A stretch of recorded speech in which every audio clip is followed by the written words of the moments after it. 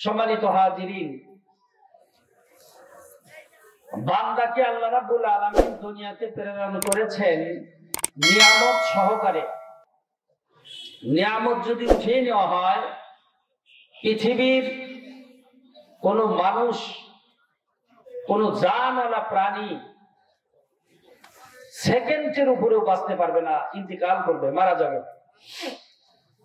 পৃথিবীতে যত মাখলুকাত আল্লাহ পাক সৃষ্টি করেছেন এবং দুনিয়াতে বিচরণ করছে, প্রত্যেকটি প্রাণীর উপরে আল্লাহ পাক তার দেওয়া নিয়ামত সিটিং করে রেখেছে।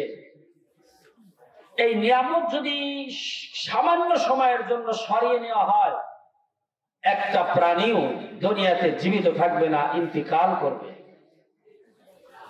লক্ষ্য করেন, অক্সিজেন আপনি জীবিত থাকলেও টানতেছেন নাক দিয়ে, শ্বাস গ্রহণ করছেন, শ্বাস ফেলছেন। আচ্ছা বলুন, এই শ্বাস প্রশ্বাসটা আল্লাহর নিয়ামতের মধ্য থেকে একটি নিয়ামত। এটা জীবিত থাকলেও শ্বাস প্রশ্বাস অটো চলতেছে। আবার যদি ঘুমে যান, ঘুমাসতে যান, ঘুমান, তখন কি কাউকে পাশে বসিয়ে রাখেন যে আমার শ্বাস প্রশ্বাসটা প্রবলেম হইলে তুই একটু টাইমে দিস?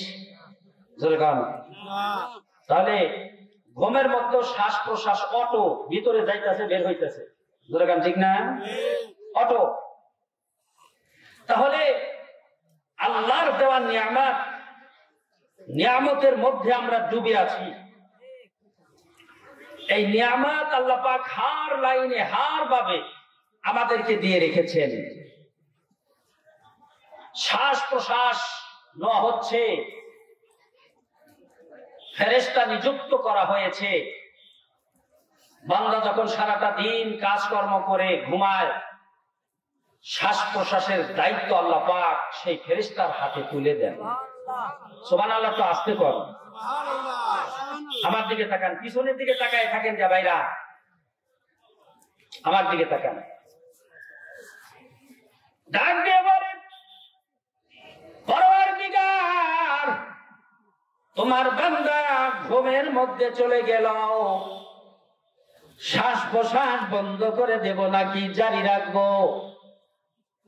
হার্ট অ্যাটাক করে মানুষ মারা যায়। হার্ট অ্যাটাক করে কখন? শ্বাস প্রশ্বাস নিতে পারে না যখন।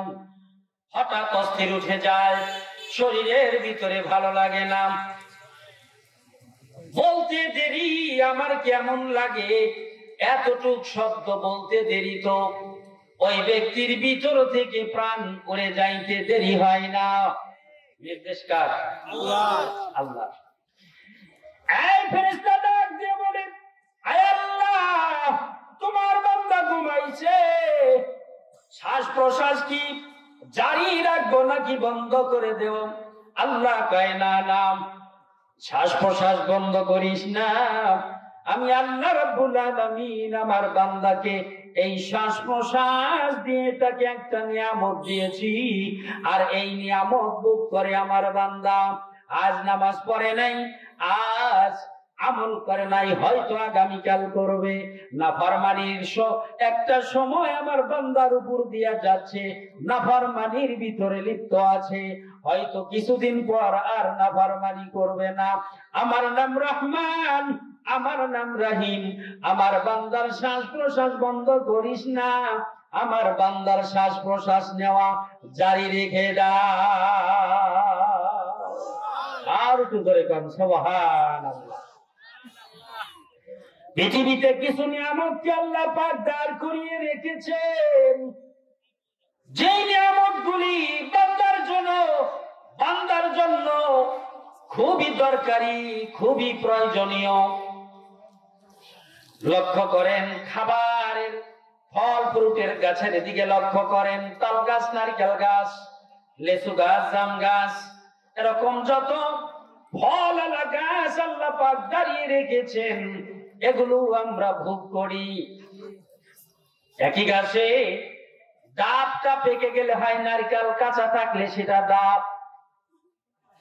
নারকেল গাছ, এটা শরীরের দিকে কিছু কিছু নারকেল গাছের দিকে তাকাইলে মায়া লাগে, এক সাইড পুরা নাই, খালি খোলার উপরে দাঁড়িয়ে আছে। কথা ঠিক না? ঠিক। আবার একটু উপরের দিকে তাকাইয়া দেখবেন মাঝে মাঝে আবার পাখিতে বাসা বানাইছে, ইঁদুরে নিয়ে মাটি উঠে রাখছে। ঠিক না? মনে জানি ব্যাঙ্গা পড়ে দিব গা, এক সাইড নাই। উপরের দিকে তাকাইয়া দেখবেন প্রায় অর্ধশত নারকেল ধরে আছে। চিল্লায় এখন সুবহানাল্লাহ। লক্ষ্য করছেন না? গাছের অবস্থা ভালো না, নারকেলের দিকে তাকাইলে তখন মনে পড়ে হায়রে আল্লাহর দেওয়া নিয়ামত। গাছটা পুরা শুকনা, আগুন ধরাই দিলে নগে নগে ধরে দিব গা, অথচ এই গাছের মাথায় অর্ধশত নারকেল ডাব রয়েছে। এটার ভিতরে পানি কে জমা করে দিল? যিনি পানি জমা করে দিলেন তিনি হলো আমাদের রব আল্লাহ। চিল্লায় এখন সুবহানাল্লাহ। অসুস্থ হইলে পরে একটা ডাব 300 টাকা দাও কিনতে হয়। ঠিক না? উপায় নাই। জন্ডিস হইলে ডাক্তার টাকা বেশি বেশি ডাব খাওয়াইবে, কিনতে যান, অনেক দাম। এইভাবে যত নিয়ামত আল্লাহ তার করিয়ে রেখেছেন, আমার বান্দা তোমাদের জন্য আমি আল্লাহ পাক কত নিয়ামতের গাছ দাঁড়ি করিয়ে রেখেছি। শোনো, এগুলোর হিসাব অবশ্যই কিয়ামতের ময়দানে দিতে হবে। যতগুলো নিয়ামত আমরা ভোগ করি সবগুলোর নিয়ামত আল্লাহর কাছে দিতে হবে, তবে সহজ করে নেওয়ার পদ্ধতিও আল্লাহ বাতলিয়ে দিয়েছেন। বান্দা যখন দাঁড়ানো নিয়ামত গুলো খাইয়া নামাজে দাঁড়িয়ে যায়, নিয়ামত গুলো দাঁড়ানো বান্দা আল্লাহর কুদরতি পায়ে সেজদা দেওয়ার জন্য দাঁড়িয়ে গেছে, ফেরেশতাদেরকে ডাক দেয়া বলে, ফেরেশতার দল লক্ষ্য রাখিস, লিখে রাখিস, আমার বান্দা আমার কুদরতি পায়ে সিজদা দেওয়ার জন্য দাঁড়িয়ে গেছে। যত নিয়ামত আমি তার করে রেখেছি আমার বান্দার হিসাব থেকে মওকুফ করে দিলাম। আর চিল্লায় কোন সুবহান। যারা খাও আল্লাহর ইবাদত করো না, খবর আছে ইনটু ইনটু হিসাব কিয়ামতের ময়দানে নিয়ামতের হিসাব দিতে হবে আল্লাহর কাছে। এইভাবে যত দাঁড়ানো নিয়ামত গুলো আছে সব আল্লাহ রাব্বুল আলামিন রহমান এবং রহিম নামের উসিলায় আল্লাহ পাক মওকুফ ঘোষণা করে দিলেন। কিছু নিয়ামত আল্লাহ পাক রুকু অবস্থায় রেখে দিয়েছেন।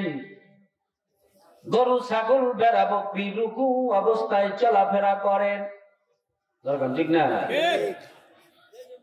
রোগাক্রান্ত রোগীদের কি ডাক্তার বলে বেশি বেশি দুধ খাইবেন। বান্দা যখন রুকুতে যাইয়া সুবহানা রাব্বিয়াল আযীম বলে আল্লাহর প্রশংসা করে, আল্লাহর বরাত্ব প্রকাশ করে, আল্লাহ বড় খুশি হয়ে যায়। খুশি হওয়ার পরে ফেরেশতাদেরকে ডাক দিয়া বলে, ফেরেশতার দল আমার বান্দা আমার প্রশংসা করতেছে রুকু অবস্থায়, আমি আল্লাহ যত নিয়ামত গুলো রুকু অবস্থায় রেখেছি মওকুফ করে দিলাম। দুধ খাইতেছেন, আবার খায়া কয় পাঞ্চে পাঞ্চে আল্লাহর নিয়ামত খায়, শুকরিয়া নাই। শুকরিয়া আদায় কর, আল্লাহর যে নিয়ামত আদায় করবি বান্দা, নিয়ামত খাওয়ার পরে বল আলহামদুলিল্লাহ। শুকরিয়া আদায় না করে খালি দোষ ধরা চিন্তা করি আমরা, ঠিক না? বিয়া বাড়িতে বিয়া খাইতে যায়, হার কিসিমের খাবার, ছেলের পক্ষের যুবকেরা চিন্তা করে কিছু দোষ ত্রুটি না ধরে গেলে তো আমাদের স্ট্যাটাস বাড়ে না। কি পাকাইছেন গোশত, জাল হয়েছে কে, এগুলো খাওয়া যায়? লক্ষ্য করে দেখবেন, হ্যাঁ বাসায় যা দেখবেন বছরে একবারও গরুর গোশত খাইতে পারে না। ত্রুটি ধরার বেলায় খুব ফাস্ট, ঠিক না?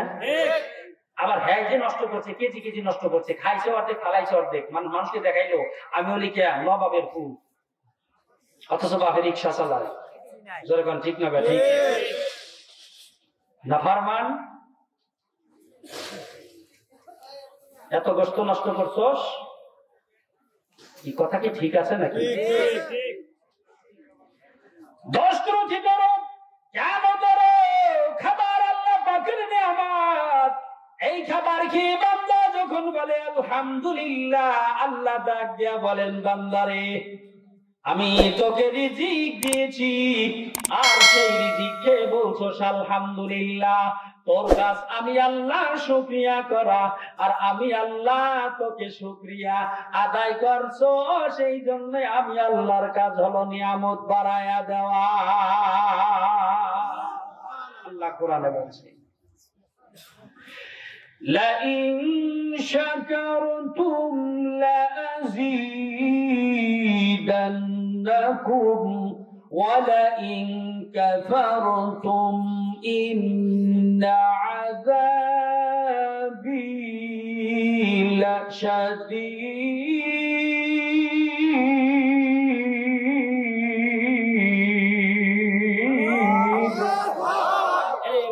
যখন আমার নিয়ামতের শুকরিয়া আদায় করে বলবি আলহামদুলিল্লাহ, আমি আল্লাহ ওয়াদা দিলাম আমি আল্লাহ তোর নিয়ামত বাড়ায়া দেব।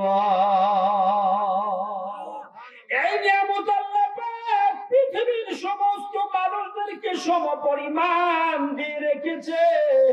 আরে যেই বাজারের সদাই গোশত, যেই বাজারের সদাই মুসলমান খায়, সেই বাজারের সদাই ইহুদি খ্রিস্টান বৌদ্ধ নাসারা হিন্দুরা খায়। ওই একই বাজারের মাছ আমরা খাই, তারা খায়। একই বাজারের কাঁচা তরকারি আমরা কিনে খাই, হেরাও কিনা খায়। ঠিক না? আবার শুরু লগ্নে পাঠকৃত আয়াতে আল্লাহ পাকের এটা ব্যাখ্যা করেছেন। আল্লাহ বলছেন, ইয়া أيها الناس اذكروا نعمة الله عليكم هل من خالق غير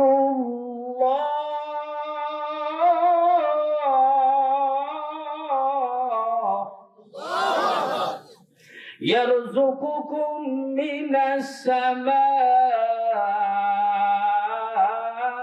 والأرض لا إله إلا هو فأنى تؤفكون।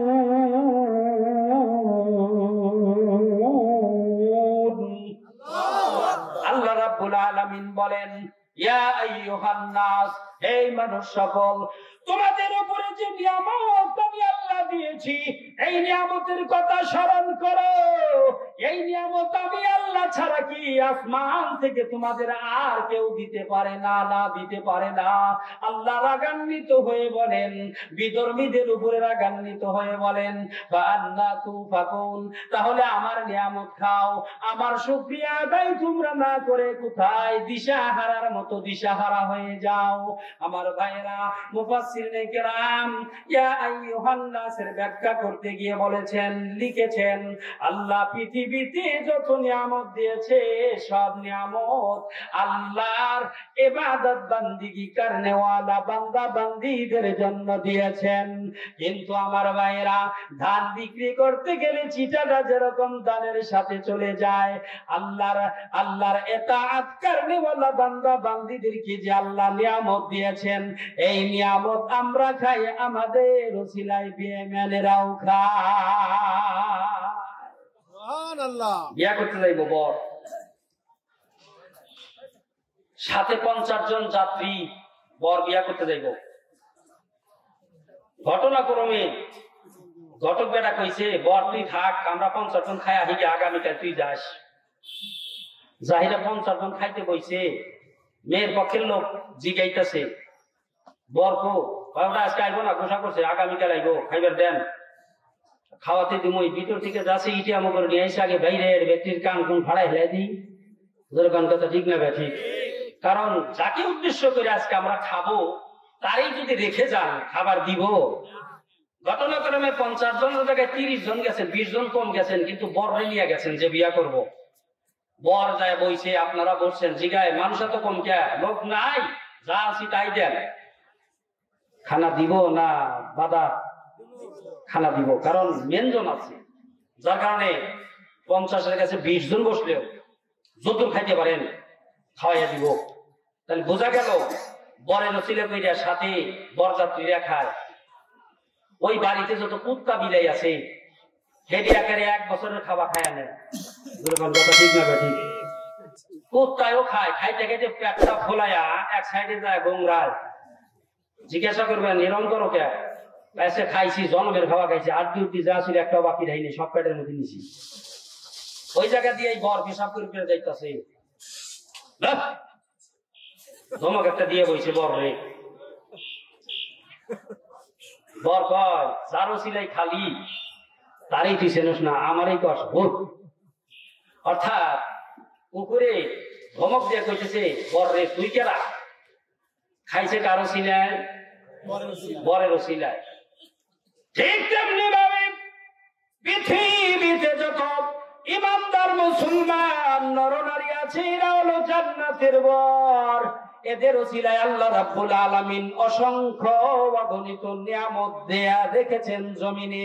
এর থেকে কাফেরেরা খায় আর বর নামক মুসলমানদেরকে কুকুরের মতো বলে ঘেউ। ধরে কান ঠিক না বে ঠিক? কারো সিলাই খাস এর বাসনা কুকুরের মতো কয় ও। ধরে কান ঠিক না বে ঠিক? এই আল্লাহর জমিনে যদি ইমানদারেরা না থাকে, আল্লাহ বলনেওয়ালা না থাকে, সব নিয়ামতের দরজা কি আল্লাহ বন্ধ করে দিবেন? সব না খায়া মরতে হবে, কিন্তু আল্লাহ দেন না। আল্লাহ রাব্বুল আলামিন সময় দেন। ইয়া আইয়ুহান নাস, হে মানুষ সকল, উযকুরু নি'মাতাল্লাহি আলাইকুম, আমি যে আল্লাহ তোমাদের উপরে অফুরন্ত অগণিত নিয়ামত দিয়েছি, ওই নিয়ামত স্মরণ করো। অর্থাৎ যিনি নিয়ামত দান করেছেন তাকে স্মরণ করলে তার পরিচয় পেয়ে যাইবা।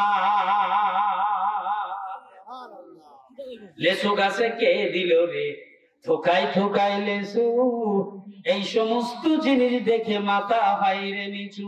এত সুন্দর কালার কে দান করিল ওই লেসুর ভিতরে? কলা যখন ধরে তখন একটা কালার, পাকলে আর একটা কালার, আকর্ষণীয় কালার। বললাম ঠিক না? আল্লাহ প্যাকেটের ব্যবস্থা করে দিয়েছেন, কলা প্যাকেট, লেচু প্যাকেট, কাঁঠাল প্যাকেট, এরকম প্রত্যেকটা নিয়ামত আল্লাহ প্যাকেট করে দিয়েছেন। কলা বিক্রেতা যদি মনে মনে কয় ক্রেতাদের জন্য সহজ করে নিয়ে যায়, 24 আলি কলা সুলাইয়া ওই রাস্তার মোড়ে বসে ভাই নেন, নিব? আর নিব না, কারণ মশা মাছি পড়ছে, পায়খানা করছে, এটা খাওয়ার অনুপযোগী নয়। ব্যাটারে তুই সাইজ করবো, তুই মানুষের পেট নষ্ট করবি আর খারাইছ। ঠিক না ঠিক? নিয়ামত, এত নিয়ামত আল্লাহ আমাদেরকে দান করেছে, চিল্লায় এখন সুবহানাল্লাহ। ঠিক তেমনি ভাবে আল্লাহর বান্দা যখন সিজদায় গিয়ে সুবহান রাব্বিয়াল আলা বলে আল্লাহকে খুশি করেন, আল্লাহকে আল্লাহর নাম মানে আল্লাহ রাব্বুল আলামিনের কুদরতি পায় সিজদা দিয়া যখন বান্দা বলে সুবহান রাব্বিয়াল আলা, ওই মহান সত্তার প্রশংসা করে, উপরওয়ালার প্রশংসা করে। আল্লাহ কিছু নিয়ামতকে জমিনের ভিতরে লুকায়িত রেখেছে, গোলালো মিষ্টি আলু, কত রকমের নিয়ামত। দরকার ঠিক না? জমিনের ভিতর থেকে সৃষ্টি হয়, জমিনের ভিতরে মাটির ভিতরে লুকায়িত আছে নিয়ামত। ডাক দিয়া বলে ফেরেশতার দল, আমার বান্দা আমার কুদরতি পায় সিজদা দিয়া আমার বরত্ব প্রকাশ করছে রে ফেরেশতার দল। আমি রাব্বুল আলামিন, আমার নাম রহমান, আমার নাম রহিম। যত নিয়ামত আমি আল্লাহ পাক মাটির নিচে রেখেছি, মাটির উপরে রেখেছি, আমি আল্লাহ আমার বান্দার উপরে হিসাব নিকাশ থেকে মওকুফ করে দিলাম। চিল্লায়া সুবহানাল্লাহ বলেন সবাই। নিয়ামত অপচয় করা যাবে না। খাবার খায়, অর্ধেক খায়, অর্ধেক ডাস্টবিনে ফেলায়। ধরে কান ঠিক না ঠিক? এগুলো হিসাব দিতে হবে। এরে ভাই, সারাদিন সারা রাত যদি আল্লাহর নিয়ামত প্রসঙ্গে, আল্লাহর নিয়ামত নিয়ে কেউ বয়ান করে, শেষ করা যাবে না। নিয়ামত দিয়ে আল্লাহ ভরপুর করে রেখেছেন। ঠিক তেমনি ভাবে মাছ বলেন পানির ভিতরে বিচরণ করে, মাছকে যদি বলেন মাছ পানির ভিতর থেকে উঠে আসো, একটু তুমি স্থল বাদ দিয়া তুমি একটু বিচরণ করো, এই মাছ উপরে উঠাইতে দেরি তো ইন্তেকাল করতে দেরি হবে না। কারণ কি জানেননি? মাছের জন্য সব চাইতে বড় নিয়ামত আল্লাহর দেওয়া পানি। পানির ভিতরে থাকলে মাছ জিন্দা থাকে, উপরে উঠাইলে মাছ মারা যায়। ঠিক তেমনি ভাবে মুসলমান জাতির জন্য, সারা পৃথিবীর মানুষের জন্য অনিবার্য কিছু নিয়ামত আল্লাহ রেখে দিয়েছেন। যেরকম ভাবে আল্লাহ রাব্বুল আলামিন হাজার হাজার নিয়ামতের ভিতরে কিছু নিয়ামত রেখে দিয়েছেন, যেটা বান্দার জন্য অনিবার্য। ধরতে হবে, আঁকড়াইয়া ধরতে হবে। আঁকড়াইয়া ধরলে দুনিয়াতেও কামিয়াব, আখিরাতেও কামিয়াব। আর যদি দুনিয়াতে সেই নিয়ামত গুলো ছেড়ে দেয়, দুনিয়াতেও ক্ষতিগ্রস্ত, পরকালেও ক্ষতিগ্রস্ত। তার ভেতর থেকে হাজার হাজার নিয়ামতের ভেতর থেকে তিনটি নিয়ামত বড় আল্লাহর কাছে দামি, বান্দার কাছে নিয়ামত। আরো তো জোরে বলেন। এই রাস্তায় দাঁড়ায় থাকেন কে? একটা লোক তাহলে ওখানে দাঁড়ায় আল্লাহ থাকে। ভলেন্টিয়াররা ওনাদেরকে একটু মেহেরবানি করে গায়ে হাত দিয়ে সোনা বাবা বলে ওনাদেরকে ভিতরে বসিয়ে দিন। দাঁড়িয়ে খেলা দেখে তো সাপ খেলা। কথা ঠিক না? ঠিক। কোন সময় যে আসে কামড় দেয় বিপদ, এই জন্য পজিশন আগেই ঠিক করে রাখে। যখনই দেখবেন বড় কুকুরা সাপ বাইট করে, তখন কিন্তু শ্রোতারা একটু পাইছে, 2-4 পা পাইছে, কি লেগে পাইছেন তো, পরে আবার বেড়ায় ডাক দিয়ে একটু আগাইয়া দাঁড়ান। অর্থাৎ মানুষের বিবেক টনক মানে নড়ছে কখন? যখন বড় সাপ বাইট করছে, জিভ বেটা বাইট করছে না, ই আল্লাহ ডাকি, দেখবেন যে দাঁড়ায় আসিল 3 ফিট আগে, হ্যাঁ 1 ফিট পাইছে গেছে গা ভয়ের ছোড়ে। জোরে গান কথা ঠিক না? ঠিক। কারণ সাপ খেলা দেখে দাঁড়িয়ে। এখানে কি ওই সাপ খেলা টাপ খেলা আছে? তাহলে দাঁড়ায় থাকার কোনো প্রশ্নই জাগে না। কোরআনের মাহফিলে বসলে শয়তান নামক চিনের হাত থেকে বাচ্চা বেঁচে যাবে। চিল্লায় এখন সুবহানাল্লাহ। এই যারা উপরে বসছেন, আপনারা কি ঘুমাইছেন না জীবিত আছেন? আপনারা তো দিয়ে আমার চেয়ে উপরে বসেন, দি সম্মান কম না। সুবহানাল্লাহ তা আসতে পারবে, ঠিক না? আমার যে হারা উপরে বসি, হ্যাঁ গো আওয়াজ আমি ঠিক থাকতে পারবো না, তা এই খুঁচাইয়া বাইর করাম লাগবে। আওয়াজ দেন নারায়ে তাকবীর। উপরের বাইরে দিই আওয়াজ হয়েছে নি? লক্ষ্য করেন তো? নারায়ে তাকবীর। আজকের মাহফিল মাশাআল্লাহ। পৃথিবীতে 3টি নিয়ামত। এই সাউন্ড বাড়াও, উঠুনি দিয়ে একটা সাউন্ড আছে। আমার সাউন্ড এসে আমার আওয়াজ তো বেশি। ইউনিট চাইতে আমি টাকা দিয়ে যাবো, সমস্যা নাই, বাড়াও, ঘম ঘম করে যাবে। দরকার ঠিক না? এ সাইডের কি দাঁড় করে রাখছেন যে মূর্তির মতো, এটা তো কোনো আওয়াজ পাই না। এটার ভিতরে আওয়াজ দেন। 3টি নিয়ামত পৃথিবীতে বড়। এই 3টি নিয়ামত যদি বান্দা করে, কোন বান্দি যদি 3টি নিয়ামতের উপরে আমল করে, হাসতে হাসতে আল্লাহ তাআলার জান্নাতে চলে যাবে। আর যদি এই 3টি নিয়ামত ছেড়ে দেয়, দুনিয়াতেও করে ক্ষতিগ্রস্তের মধ্যে পড়বে, মৃত্যুর পরেও ক্ষতিগ্রস্তের মধ্যে পড়ে যাবে। তার ভিতর থেকে 1 নম্বর নিয়ামত মহাগ্রন্থ আল কোরআন। قال رسول الله صلى الله عليه وسلم تركت فيكم أمرين لن تضلوا ما تمسكتم بهما كتاب الله وسنة رسوله। আল্লাহর রাসূল বলেন, 2টি জিনিস তোমাদের কাছে রেখে গেলাম। এই 2টি জিনিস যদি তোমরা আঁকড়ে ধরতে পারো, তাহলে দুনিয়াতে যতদিন তোমরা বেঁচে থাকবা ক্ষতিগ্রস্তের মধ্যে তোমরা পড়বা না, কতদিন তোমরা ক্ষতিগ্রস্ত হবে না। এটা ক্ষতিগ্রস্ত শুধু দুনিয়াতে নয়, ওই বান্দা বান্দি দুনিয়াতেও ক্ষতিগ্রস্তের মধ্যে পড়বে না, মৃত্যুর পরেও ক্ষতিগ্রস্তের মধ্যে পড়বে না। হাসতে হাসতে আল্লাহর তৈরি জান্নাতের ভিতরে প্রবেশ করবে। 1 নম্বর নিয়ামত কোরআন। বান্দার জন্য 1 নম্বর নিয়ামতের নাম কি? কোরআন। এই কোরআন চললে পারে আল্লাহর পরিচয় পাওয়া যায়। কোরআনের নিয়ামত বড় নিয়ামত। আল্লাহ রাসূল বলেছেন, যার ভিতরে কোরআন আছে ওই মানে তার অন্তরটা হলো জীবিত। যার ভিতরে কোরআন নাই, হাদিস নাই, তার অন্তরটা হলো মৃত। পার্থক্য আছে না নাই? একটা ঘরের ভিতরে মানুষ বসবাস করলে যেরকম ঘরটা পরিপাটি থাকে, সুন্দর থাকে, পরিবেশ সুন্দর থাকে, 1 বছর যদি লোক শূন্য থাকে, লোকজন বসবাস না করে, 1 বছর পর খুলে দেখবেন ওইটা বসবাসের উপযোগী নয়, ওইটা হলো আপনার মাকড়সার বাড়ি হয়ে গেছে। ঠিক না? ঠিক তেমনি ভাবে কোরআন হাদিসের জ্ঞান যার ভিতরে আছে, জান্নাতে বসবাসের উপযোগী ব্যক্তি, আর যার ভিতরে কোরআন হাদিসের জ্ঞান নাই, জান্নাতে বসবাসের অনুপযোগী।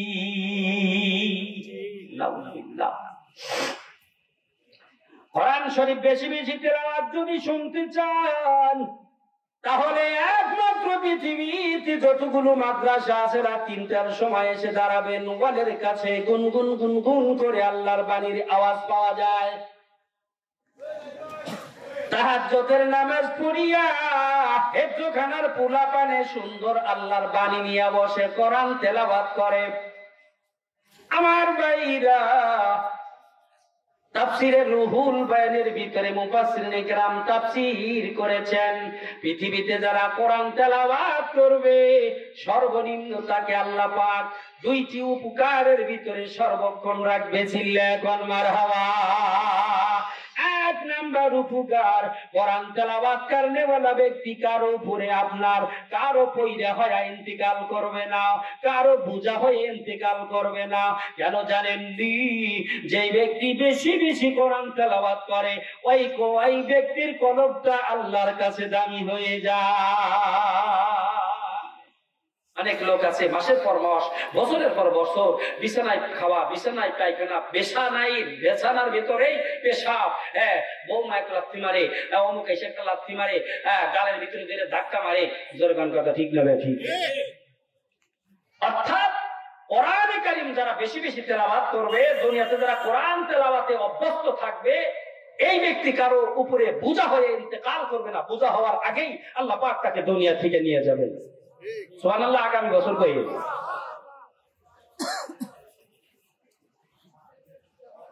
কোরআন তেলাওয়াত তো নাই। আগে দেখতাম বাড়িতে বাড়িতে সকালবেলা মা চাষিরা কোরআন তেলাওয়াত করতো। এখন সকালবেলা ফজরের পরে, ফজরই তো বুঝে না কোন টাইমে ফজর হয়, ঘুম ভাঙ্গি 9টা 10টায়। জোরে কোন কথা ঠিক না? ঠিক।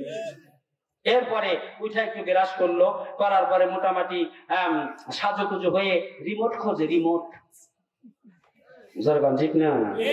রিমোট বোঝেননি? ওই যে এতটুকু লম্বা টিভির ঘরে থাকে। মাশাআল্লাহ, এই দেশে বাংলাদেশে 4 দোকান গুলো যে দামি হয়ে গেছে, গায়ে একটা 4 দোকানে টিভি ছাড়া পাইবেন না। মনে হয় জানি এরা 4 দোকানে এত উন্নত। 28 ইঞ্চি টিভি, বাড়িতে মনে হয় 36 ইঞ্চি আছে। বাচ্চারা দেখবেন 3 দিয়া হুই দেয়া মানে ঘুমায় এদের নিচে, অথচ 4 হোটেলে বিরাট টিভি।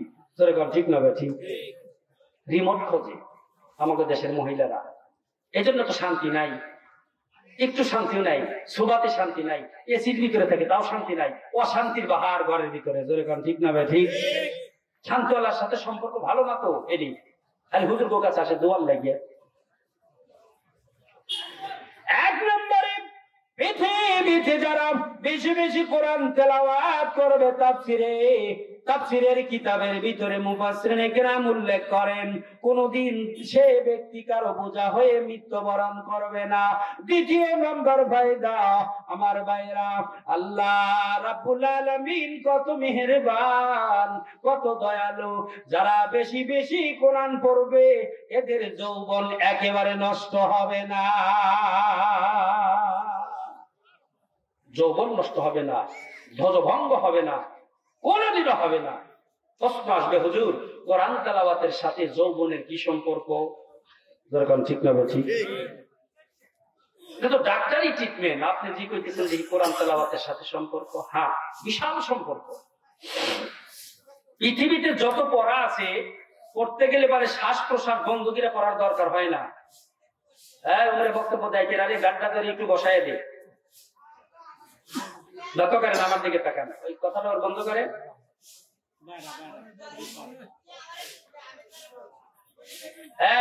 হুজুররা দাঁড়ায় রয়েছেন, চাইরে গাড্ডা করেন না, ওই যে চেঁচায় হেসটিয়া পোলা পান মাহফিলের কাছে যেগুলা এসে কথা বলে জোরে জোরে, এগুলা শয়তানের খালাতো ভাই। কথা কান না কে?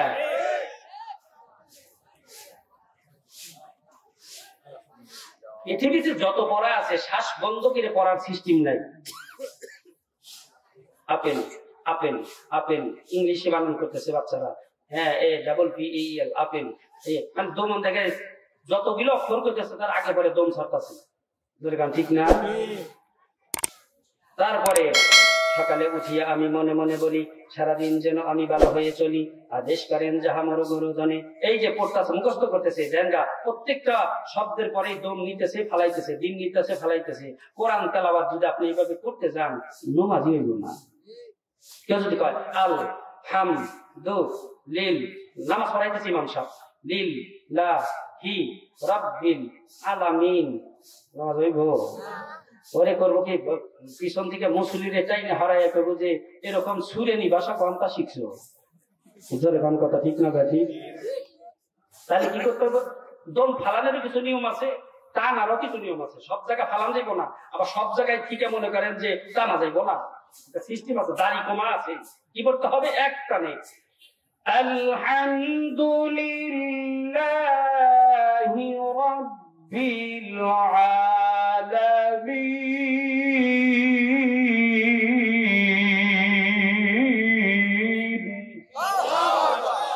এই যে আমি একটানে আলহামদুলিল্লাহি রাব্বিল আলামিন পর্যন্ত পড়লাম, দেখা গেছে দমটা ফালান যায় নাই, ফালান যাবে না। ইতিমধ্যে কি হয়েছে? শরীরের যতগুলো রগ আল্লাহ সৃষ্টি করেছেন, এই রগের ভিতর দিয়া হাওয়া গিয়া বাতাস গিয়া রগটাকে ফোলাইয়া দিছে। যখন এই কোরআন তেলাওয়াত করতে গিয়ে শরীরের অঙ্গ প্রত্যঙ্গের রগগুলো মোটা হয়ে যায়, এর ভিতরে আল্লাহ পাকের কুদরতি, আল্লাহ পাকের দেওয়া এনার্জি ওই রগের ভিতরে পয়দা হয়ে যায়। যখন এই পয়দা হয়ে যায় শারীরিক সুস্থতা অনুভব করে, আল্লাহ রাব্বুল আলামিন যৌবন ক্ষমতা বাড়ায়া দেয়।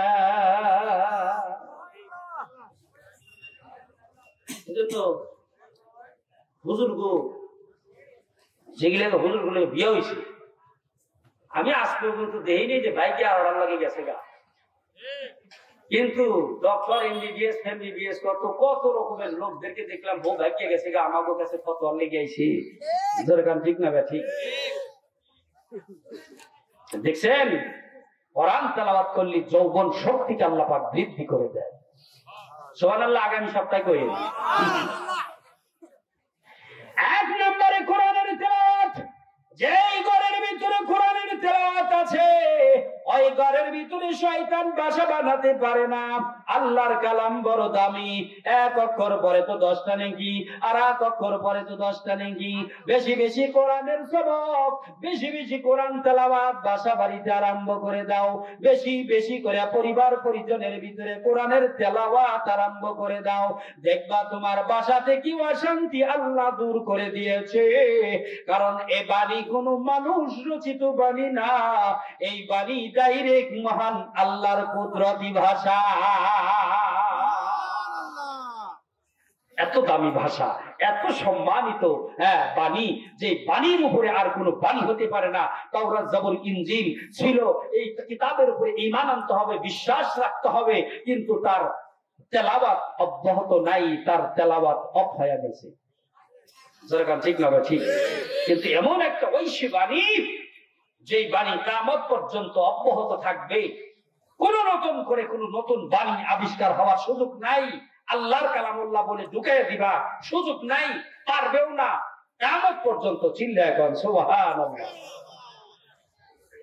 মাদ্রাসার ভিতরে কোরআন তেলাওয়াত করা হয়।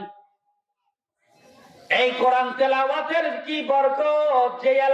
যে এলাকায় মাদ্রাসা হয়, কোরআন তেলাওয়াত করা হয়, ওই এলাকার উপরে সাকিনা নাযিল হতে থাকে। চিল্লায়া কোন মারহাবা। সাকিনার ব্যাখ্যায় মুফাসসিরিন ইকরাম তাফসীরের কিতাবের ভিতরে লিখেছেন সাকিনা কাকে বলা হয়। সাকিনার ব্যাখ্যা দুইটা। এক নাম্বার ব্যাখ্যা হলো আল্লাহর বান্দা বান্দি যখন কোরআনে কারিমের তেলাওয়াত করে তখন আল্লাহ বেহেশত থেকে একটা বাতাস প্রবাহমান করে দেন। আরে ফেরেশতা, যা জান্নাতি একটা আবহাওয়া নিয়ে যে এলাকায়, যেই বাড়িতে, যেই বাসার উপরে, যেই বাসার ভিতরে কোরআন তেলাওয়াত হয়, এই জান্নাতি আবহাওয়াটা তার উপর দিয়া ছায়া স্বরূপ করে ধরো। ছায়া স্বরূপ করে ধরলে লাভ কি? যিনি কোরআন তেলাওয়াত করবে রে, আর আশেপাশে যারা আছে সবাই শান্তি ভোগ করতে থাকে। দ্বিতীয় নাম্বার ব্যাখ্যা, সাকিনা কাকে বলা হয়? সাকিনা বলা হয় জান্নাতের একটা ছাতা আল্লাহ রাব্বুল আলামিন সৃষ্টি করেছেন। ছাতা বমানা মেঘমালা বা একটা আবর। দেখবেন চৈত্র মাসের দিন, আষাঢ় মাসের দেখবেন এক সাইডে রোদ আর এক সাইডে বৃষ্টি। যে সাইডে বৃষ্টি যায় ওই উপরে তাকায় দেখবেন একটা কালো আবর যাইতেছে, ওখান থেকে টপ টপ টপ করে বৃষ্টি পড়তেছে। ধরে গান ঠিক না ঠিক? মনে করেন এরকম একটা ছাতা, এরকম একটা আবর আল্লাহ রাব্বুল আলামিন প্রেরণ করেন। যা, ওই যে আমার বান্দা বান্দি কোরআন তেলাওয়াত করতেছে, এই জান্নাতের ছাতা চলে যা। ফেরেশতাদের মাধ্যমে ছাতাটা তার উপরে ধরা হয়, তখন সে পরিপূর্ণ শান্তি অনুভব করতে থাকে। চিল্লায় কোন সুবহানাল্লাহ। তাহলে এক নাম্বার নিয়ামত, চিল্লায় কোন কি? সবাই বলেন এক নাম্বার নিয়ামত কি? এটা ধরতে হবে, এটাকে ফালানো যাবে না। এই নিয়ামত আঁকড়ায়া ধরতে হবে, এই নিয়ামত উপরে আমল করতে হবে, কোরআনকে জীবনের পাথেয় বানাইতে হবে, কোরআনের উপরে জীবন যাপন করতে হবে, কোরআনের আইন মানতে হবে, কোরআনের বিধান মানতে হবে, কোরআনকে বুকে ধারণ করে সারা জীবন চলতে হবে।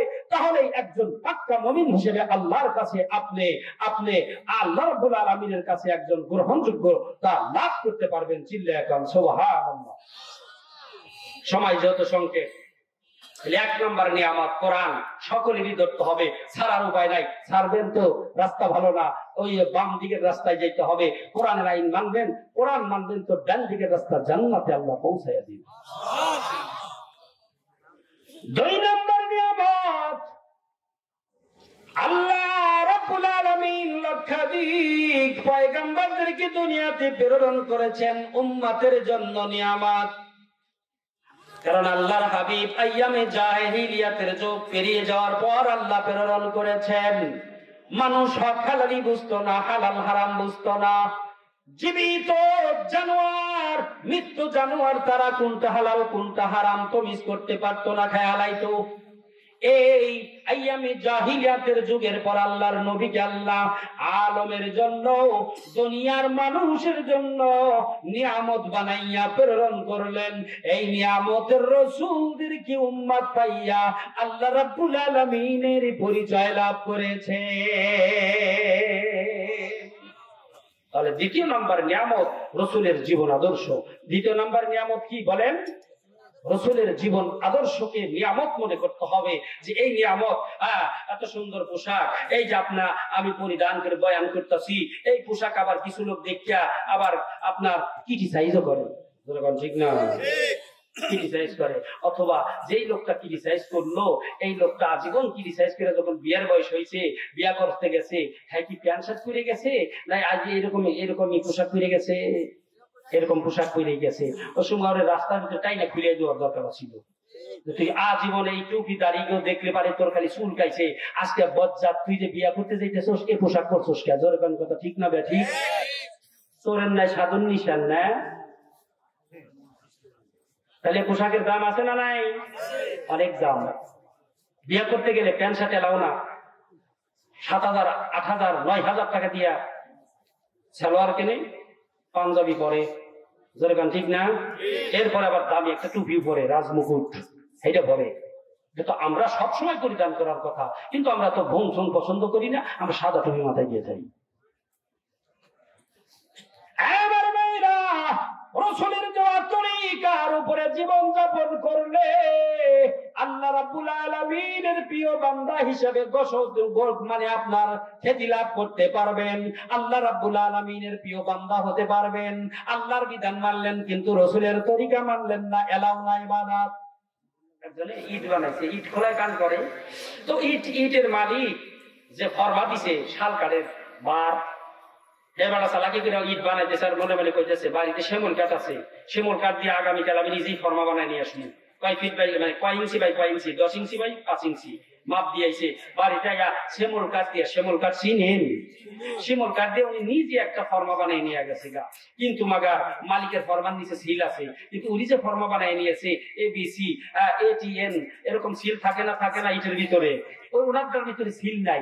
এবার বানাইয়া নিয়ে গেছে গা। বড় আনন্দ আজকে। অন্যদিন ইট বানাই 1000, আজকে বানাবো 2000, কারণ ফর্মা পাতলা, খালি মাটির ভিতরে ঢুকে দিয়ে গেলে ফালামো, মাটির ভিতরে ঢুকে দিয়ে গেলে ফালামো, পাতলা যে তাড়াতাড়ি করা হারুম। একবার সকাল থেকে নিয়ে বিকাল পর্যন্ত ইট বানাইছে। ইটের মালিক ঘটনাক্রমে ওই দিন পরিদর্শনে আসছে, আইসা খালি ইটের উপরেই দেখে না, আবার চিন্তা করে দেখি আমার নামের সংখ্যাটা উঠছে নি। কথা ঠিক না? ঠিক। মনে করেন যে 10 জনে বানাইছে, 10 জনের ইটেই চেকিং দিছে, উঠে দেখছে আল্লাহ সবার ইটের পিছনে সংখ্যা আছে, কিন্তু ওই বিচারা যে ইট বানাইছে 2000, হ্যাঁ হেডটা উঠেছে কোন সিল নাই। মনে মনে ভাবলো এটা হয়তো মনে হয় মিস্টেক হয়েছে, আর একটা উঠেছে সিল নাই, আর একটা উঠেছে সিল নাই। ডাক দিছে এদিকে, তোর ইটের নিচে আমার ইটের নিচে সিল নাই কারে? হুজুর স্যার বেতনি মাফ করবেন, আপনার ফরমা খুব ওজন, আমার হাত বিষ হয়ে যায়, আমি নিজে ফরমাই নিয়ে আমি নিজে ইট গুলো বানাইছি। আচ্ছা বলেন ওরে কি চুমা খাইবো না পিটি দিব? ইট কিন্তু হয়েছে, ইট হয়েছে না হয় নাই? বরঞ্চ ওগোছে ওর ইট সুন্দর বেশি হয়েছে, কিন্তু এই ইট কি মালিক অ্যাকসেপ্ট করবো? কারণ পিছনে কি নাই? সিল নাই, সংখ্যা নাই। ঠিক তেমনি ভাবে আল্লাহর বিধান মানবেন, কিন্তু রসুলের দেওয়া সিল যদি আপনার ইবাদতে না থাকে, আমার বন্দেগীতে না থাকে, আমার চলনে না থাকে, আমার খাওয়ার মধ্যে না থাকে, আমার ব্যবসার ভিতরে না থাকে, ওই ইবাদত আল্লাহ রাব্বুল আলামিনের কাছে গ্রহণযোগ্য। রসুলের তরিকা, আল্লাহ রসুল প্রত্যেক পয়গম্বর উম্মতের জন্য নিয়ামত। সেই নিয়ামতওয়ালা রসুল পেয়েছি, সেই নিয়ামতওয়ালা রসুল পেয়ে নিয়ামতওয়ালা রসুলের তরিকা মেনে চলতে হবে। আর সেই তরিকার মার্কাজ হলো আজকাল মাদ্রাসা। আল্লাহ না কিছুই করে না। ঠিক না? ঠিক। দেখবেন আর একটা লক্ষ্য করেন, মাদ্রাসা ছাত্র আর স্কুলের ছাত্র দেখলে বোঝা যায়। মাদ্রাসা ছাত্র আমরা ছোটবেলায় গিয়ে কি করছি, যখন মিজান তাইসির পড়তাম, প্যান্ট শার্ট পড়তাম, সব করে বন্ধুগুলো আগে প্যান্ট শার্ট পড়তাম। তো ওই দিকটা মোল্লা যায়, এদিকে গেছি 4-5 জন ফুটবল খেলুম, তো কয় তুই মাদ্রাসায় পড়স না? আমি চিন্তা করলাম এত পোশাক চেঞ্জ করলাম, ধরলো কেমনে? আমার বন্ধুরও প্যান্ট শার্ট, আমারও প্যান্ট শার্ট, ফুটবল খেলতে আইসি, উনি ধরলো কেমনে? আমার কয় মাদ্রাসায় পড়স? একদিন একটা প্রশ্ন করলাম হুজুর আমি মাদ্রাসায় পড়ি না। তোর চেহারা দেখে বোঝা যাইতেছে তুই মাদ্রাসায় পড়স। কেমনে বুঝলেন? মাদ্রাসায় পড়লে তার চেহারার ভিতরে আলো একরকম, স্কুলে পড়লে তার চেহারার আলো আর একরকম। কথা ঠিক না? ঠিক। এখন বড় হয়ে বুঝলাম যে কথা তো ঠিক।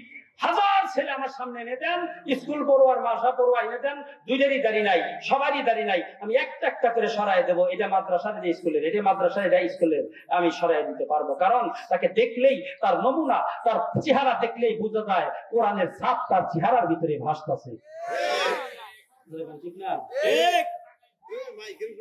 2 নম্বর, আর বন্ধুরা নিয়ামত রসুলের তরিকা, এটাকে নিয়ামত মনে করতে হবে, রসুলের তরিকায় চলতে হবে।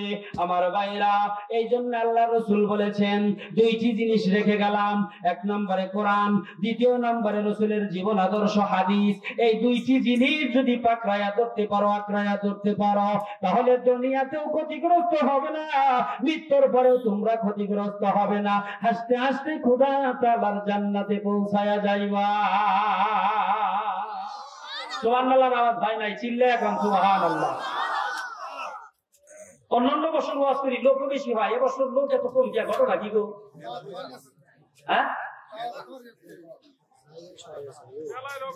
ওয়াজ মাহফিলে তো আর কোনো বাধা নাই।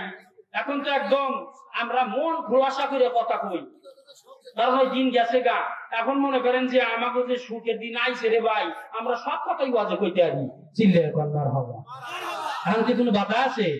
তাহলে এত মানুষ কমাইছে কে? বুঝলাম না কিছু। কিসের ভাইরাস ঢুকছে গো? শয়তানের ভাইরাস। মেলা লাগছে? কোন জায়গায় মেলা করে? গোলাম মর্তুজার মতো খালি ওই বইটা বাসের ঘুর আনিলি এখন খালি বাড়ি শুরু করা দরকার। গোলাম মর্তুজা তো তাই তো ছিল, মেলা আইসে ওয়াজকির আইসে হলে যে মেলা হইতেছে, আবার মর্তুজা কইরে এদিকে আর এক গোলাম থাকছে এদিকে, বইটা বাসের 78 একটা করে বৈরাবাসের গুড়া মাহফিল হয়ে গেছে কিছুদিন আগে, বৈরাবাসও আসিল মাদ্রাসায়। 3 বাপ বেটা মনে করেন যে আমার বাড়িতে মানিকগঞ্জ, পাশাপাশি তো জানি সব ইতিহাস। তো 3 বাপ বেটা করছে কি 78 বৈরাবাসের গুড়ালি কাইটা কাম দেখে হালা কয়লা জাত করে দিয়েছি। যখনই মনে করেন যে গান শুরু হয়েছে না নাচ শুরু হয়েছে যাত্রা গানের মেলা, তখনই মনে করেন যে বাড়ি মারছে না, একটা বাড়ি মারছে সামিয়ানা টামিয়ানা বাইঙ্গা মা দিয়ে আঘাত করে গর্ত হয়ে গেছে গা। আর তাকাইয়া দেখে যে নিশ্চিত আজরাইল মিকাইল এরা 3 জন ফেরেশতা আইছে। নালি এইরকম গর্ত হয় ভাঙচুর করতে করতে আইতাছে, হাতির চেয়েও বেশি সাহস। চিল্লে একবার বার হওয়া পরে কিসের যাত্রা ফাত্রা কিসের কি সব ছুঁয়ে যে দৌড়াইছিল, কেউ খালে পড়ছিল, কেউ বিলে পড়ছিল, কেউ মানে রাস্তায় হাত ভাঙছে পা ভাঙছে। এই যে বিদায় হইল, গোলাম মর্তুজা যতদিন জীবিত ছিল ওই এলাকায় আর কোন যাত্রা জিন্দেগিতে হয় না। এরকম মুজাহিদ তো নাই। এই জন্য তো শাইখুল হাদিস সাহেব বলছিল কালা পাহাড়ি, গোলাম মর্তুজার নামের উপাধি ছিল কালা পাহাড়ি। ওরকম যদি মর্দে মুজাহিদ থাকতো আবার মেলা খাওয়াইয়া দিয়ে দিত, ঠিক না ভাই? আল্লাহ ওদেরকে হেদায়েত দান করুন। শুভ দিন আসলে পারে ওয়াজ হবে, ইসলামিক কনসার্ট হবে। হ্যাঁ, শয়তান যে কাজ করলে খুশি হবে ওই কাজ অটোমেটিক বন্ধ হয়ে যাবে। যারা কথা ঠিক না কয়টা নিয়ামতকে আঁকড়ায় ধরতে হবে? 3টা। কয়টা? তাহলে 1 নম্বর নিয়ামত কি? 2 নম্বর নিয়ামত কি? রাসূলের জীবন আদর্শ তরিকা, এটা নিয়ামত মনে করতে হবে। 3 নম্বর নিয়ামত আর বাইরা 3 নম্বর নিয়ামতের নাম যাদের পিতা আছে যাদের মা আছে নিয়ামত মনে করে তাদের খেদমত করবা, তাদের সেবা করবা। আমার ভাইরা আল্লাহ রাব্বুল আলামিন কোরআনে বলছে আমার ইবাদতের পর শুধুমাত্র কেবলমাত্র তোমার পিতামাতার সেবা করবে, তোমার পিতামাতার যত্ন করবে, তোমার পিতামাতার সেবা করবে, যত্ন করবে, তাদের শ্রদ্ধা করবে, ভক্তি করবে, তাদের সাথে বেয়াদবি করা যাবে না। কারণ কি কত বড় নিয়ামত, বাবা মা যদি দোয়া করে তো আল্লাহ দোয়াটা কবুল করে নেয়। এই জন্য আল্লাহ রাসূল বলেন ক্বালা রাসূলুল্লাহ সাল্লাল্লাহু আলাইহি ওয়াসাল্লাম হুমা জান্নাতুকা ওয়া দারুকা, পিতামাতাই তোমার জান্নাত, পিতামাতাই তোমার জাহান্নাম। পিতামাতা যদি সন্তানের জন্য নেক দোয়া করে তো এই নেক দোয়াটা সকল পর্দা ফারাগ হইয়া আল্লাহ রাব্বুল আলামিনের কাছে পৌঁছে যায়। সুবহানাল্লাহ। চিল্লা এখন বাইজিৎ ছোট গোলাপান পানি চাইছে, পানি আইনে দেখে মাই ঘুমাইছে, চিন্তা করলো ঘুমে ডিস্টার্ব করা জায়েজ নাই, দাঁড়ায় থাকি মায়া কাই উঠবো নে। আর এমন ঘুমাইছে ফজরের আজানে ঘুম ভাঙছে, তাকায়া চোখ মেলে দেখে বাচ্চা শিওরে, বাবা পানি নিয়ে দাঁড়ায় রইছো। মা তুমি না রাত 8টার সময় পানি চাইছিলা, ডাক দাও না কেন? মা তোমার আরামের ঘুম আমি কেমনে ডিস্টার্ব করি? আর দেরি হয় নাই, ঝরঝর করে মা চোখের পানি ছেড়ে দিয়ে আল্লাহকে কয় আল্লাহ আমার বাইজিৎ আমার জন্য যেরকম কষ্ট করেছে আমাকে রাজি খুশি করার জন্য আমার বাইজিৎ সারাটা রাত শীতের রাত দাঁড়িয়ে ছিল, আল্লাহ তুমি এই যুগের সুলতানুল আরিফিন হিসাবে কবুল করে নাও। আল্লাহ আর 1 সেকেন্ড দেরি করে নাই, হযরতে বাইজিৎ বুস্তামির মায়ের দোয়ায় বাইজিৎ বুস্তামি হয়ে গেছে, অলিকুল শিরোমণি হয়ে গেছে। এই জন্য মা বাবার সাথে ভালো আচরণ করতে হবে, বা মা বাবার সাথে সুন্দর আচরণ করতে হবে। এই যুগের মডার্ন ছেলেরা বর্তমান মা বাবা থেকে অনেক দূরে সরে যাইতেছে দিন দিন, ঠিক না? দিন দিন কিন্তু দেখবেন বাবা মা থেকে একটু দূরে সরে যেতেছে ইয়াং বয়সের কোলাহাল। একমাত্র বুজুর্গ মায়েরা যারা আছেন এরা বড় সুখে আছে। চিল্লে এখন ঠিক না? ঠিক। কালকে মায়ের সাথে সাক্ষাৎ করেছিলাম, একটা না 6-7 দিনের সফর ছিল।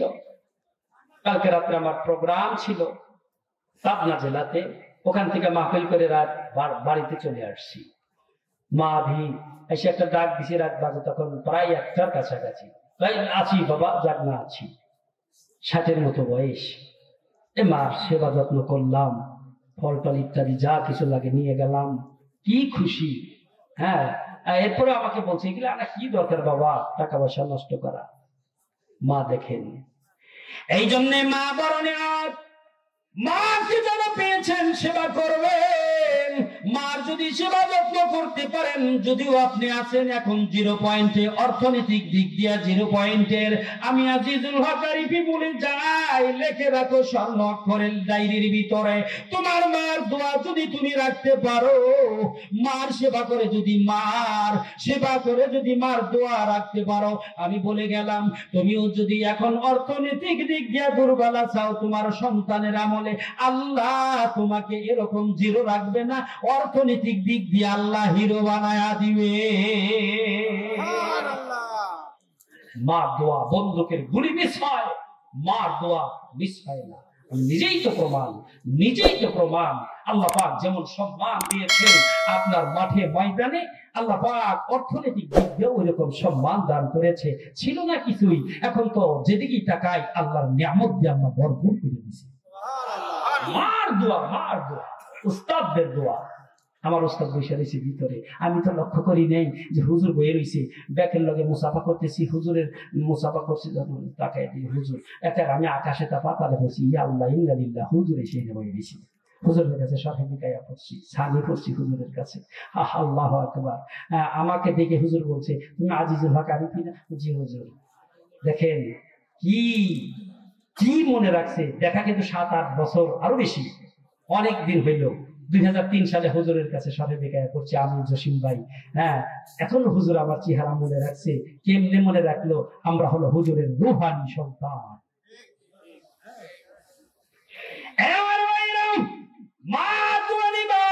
যাদের মা আছে এদেরকে তোমরা সেবা করবা, যত্ন করবা, মার দোয়া নিবা, মায়ের হাত বাতি পায়া দিবা, মায়ের মা যেই খেদমত করলে মা খুশি হয় সেই খেদমত করবা। মার সেবা করতে গিয়ে যদি বেগম সাহেবা বেজার হয়, কিচ্ছু করার নাই। তুই যদি তোর বাবার মাকে নিয়ে আমাকে নিয়ে থাক না, তাহলে তোর বাবা মাকে নিয়ে থাক, লগে লগে কবি তুই এলা জাগা নতুনই আনবার একটা কথা কয় না, মনে হয় যেন ওই পক্ষের লোকে গিয়ে যা চলে যা। ইব্রাহিম আলাইহিস সালাতু ওয়াস সালাম যায় ডাক দিছে, ইসমাইলের ঘরে টুকা মারছে, রাড়া করতে করতে ভিতর থেকে আইছে, কে এরকম করতে আইছে। ইব্রাহিম আলাইহিস সালাম কয় ওইসে কাম, দাজ্জাল নিয়ে একটা পোলাই পাইছে।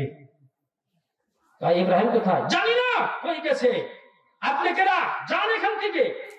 বাবা শোনো মা, ইব্রাহিম ইসমাইল আইলে বইল ঘরের সুকারটা পাল্টাইতে, হ্যাঁ তোর সুকার বোঝে নাই। মহিলা মানুষের জ্ঞান কম, মানে একটা গ্রাম একটা বচন আছে, সেটা হলো এরা খায় কম, হাগে বেশি, বুদ্ধি কম, কথা কয় বেশি। কথা ঠিক না ঠিক? আমার ভাষাটা যদিও কিছুটা গ্রাম এসে যাবে, মুরব্বীদের সাথে বৈশা খাইতে অনেক সময় অনেক বচন আমি ধরে রাখছি, কষ্ট হইতেছে আপনার। তো আসছে ইসমাইল আলাইহিস সালাম দিনের দাওয়াত দিয়ে বাসায় আসছে, খাওয়া দাওয়ার আগেই অভিযোগ, একটা বুড়া আইছিল তোমার ঘরের চৌকা পাল্টাইতে কইছে। ইসমাইল কে ভালোই কইছে, জোরে কান বসাইছে, খাওয়া দাওয়া করে চুকাত বুঝছস, ঘরের দরজার চুকা, ওটা তো কাটে, চামড়ার চুকাত পাল্টাইতে কইছে তুই। জোরে কান ঠিক না ঠিক? আমাকে? হ্যাঁ, দেখেন নবী পয়গম্বরদের কথার গভীরতা কত, জোরে কোন ঠিক না ঠিক? আর এক সেকেন্ড রাখে নাই, নগদে খেদাইয়া দিছে। এরপরে বাবার কাছে চিঠি লিখছে, আবার বিয়া করছে, চিঠি লিখিয়া আবার জানাইছে আব্বা আসেন চুকাত পাল্টাইছি। ইব্রাহিম আলাইহিস সালাতু ওয়াস সালাম আবার এসে দরজায় টোকা দিছে, আল্লাহর কি কামদিন ইসমাইল বাড়িতে নাই। দরজার কাছে আইসা আসসালামু আলাইকুম ওয়া রাহমাতুল্লাহ। ওয়ালাইকুম আসসালাম, মা কেমন আছো? জি বাবাজি ভালো আছি। কে এসেছেন? আমি একজন মুরব্বী, তোমাদেরই আত্মীয়। তাহলে বাবা আসেন ভিতরে। এত সুন্দর আচরণ, যে আচরণ দেখে, ব্যবহার দেখে ইব্রাহিম আলাইহিস সালাম বড় খুশি। এই আচরণ কোথায় পাইবা? যুবক ভাইরা স্কুল কলেজ ভার্সিটিতে কইরা পাইবা না। এই আচরণ যদি পেতে চাও, পর্দার নিচে যারা পড়াশোনা করে, মহিলা মাদ্রাসায় পড়াশোনা করে, এদেরকে বিয়ে করে দেখো, তারিবা দিয়া দাগা, তোমার জীবন ঠান্ডা হয়ে যাবে। তারপর জন্য সুবহানাল্লাহ কইছি, সবাই সুবহানাল্লাহ কোন। মহিলা মানুষের মেয়েদের সালাম হলি তো মনে হইব যে 7 দিন না খাইয়া ঘুমাহিন। আর ওরা ডিজিটাল সালাম দেয়, চাই কম আচ্ছা তুই মর। সালাম তো শহীদের দেশে কি নাই, তাহলে স্বামীরে পেটেছে, যদিও কোনো সময় সম্মানার্থে স্বামীরে সালাম দেয়, এটা সালাম না, মরার দোয়া করে, চাই কম তুমি মরো। ঠিক না ঠিক? আর মহিলা ভাষার মেয়েরা সালাম দিব আসসালামু আলাইকুম, সুন্দর করে দিব। যখন জামাই উত্তর নেয়, আল্লাহ রাসূল বলেন যখন তোমরা বাসায় ঢুকবা সালাম দিবা, কারণ এর চেয়ে বড় দোয়ার কিছুই হতে পারে না। হ্যাঁ, যখন আমি ওয়াজ করে রাতে 1টা 2টা 3টায় বাসায় ফিরি, তখন তালাটা বেগম সাহেবা খুলে দেয় মেন দরজা। হ্যাঁ, তখন আমি আগে সালাম দিই, পাল্লা পাল্লি লেগে যায়, দুধ ঢুলাইগে যায়। হ্যাঁ আগে দেয় আর আমি দিই, 2টা টক্কর লাগে। জোরে কান্না আলহামদুলিল্লাহ। আলহামদুলিল্লাহ। শান্তি আমাকে ঘরে থাকবো নাকি এই ফকিনির পুত তোর ঘরে থাকবো? জোরে কান কথা ঠিক না ঠিক? যারা মেয়ে পড়তে দিচ্ছেন এই মাদ্রাসায়, এদের জন্য হাদিস শোনাই। আল্লাহ রাসূল বলেন মেয়ে জন্ম হয়েছে ধর্মীয় শিক্ষা দিয়া নামাজি ছেলের সাথে যদি বিয়ে দিতে পারো, ওই মেয়ের বাবা আর আমি রাসূল জান্নাতে পাশাপাশি থাকবো। একজনের কথা কইছে, সাহাবী দাঁড়াইছে, হুজুর আমার তো 2টা। হ্যাঁ, 2টাকেও ইসলামী শিক্ষায় শিক্ষিত করে ধর্মীয় ছেলেদের হাতে তুলে দিবা, পরহেজগার ছেলের হাতে তুলে দিবা, তাহলে ওই 2 বাবা আল্লাহ মানে 2 মেয়ের বাবাও আর আমি রাসূল পাশাপাশি থাকবো। আর একজনকে ইয়া রাসূলুল্লাহ যদি মেলাদি হয়, আল্লাহ রাসূল চিন্তা করলে এই প্রশ্ন আকারে 100 পর্যন্ত যাইবো। তখন আল্লাহ রাসূল বলল যতদিকে না হয় খালি ইসলামিক জ্ঞান শিক্ষা দিয়া, ধর্মীয় জ্ঞান শিক্ষা দিয়া পরহেজগার ছেলেদের সাথে বিয়া দিয়ে দিবা, তাহলে সেই মেয়ের বাবা আর আমি রাসূল অবশ্যই জান্নাতে পাশাপাশি থাকবো। কষ্ট হইতেছে? নারায়ে তাকবীর। যারা দাঁড়িয়ে আছেন বসেন, বসেন বসেন, বসে যান। রাওয়াহু তাহেরি।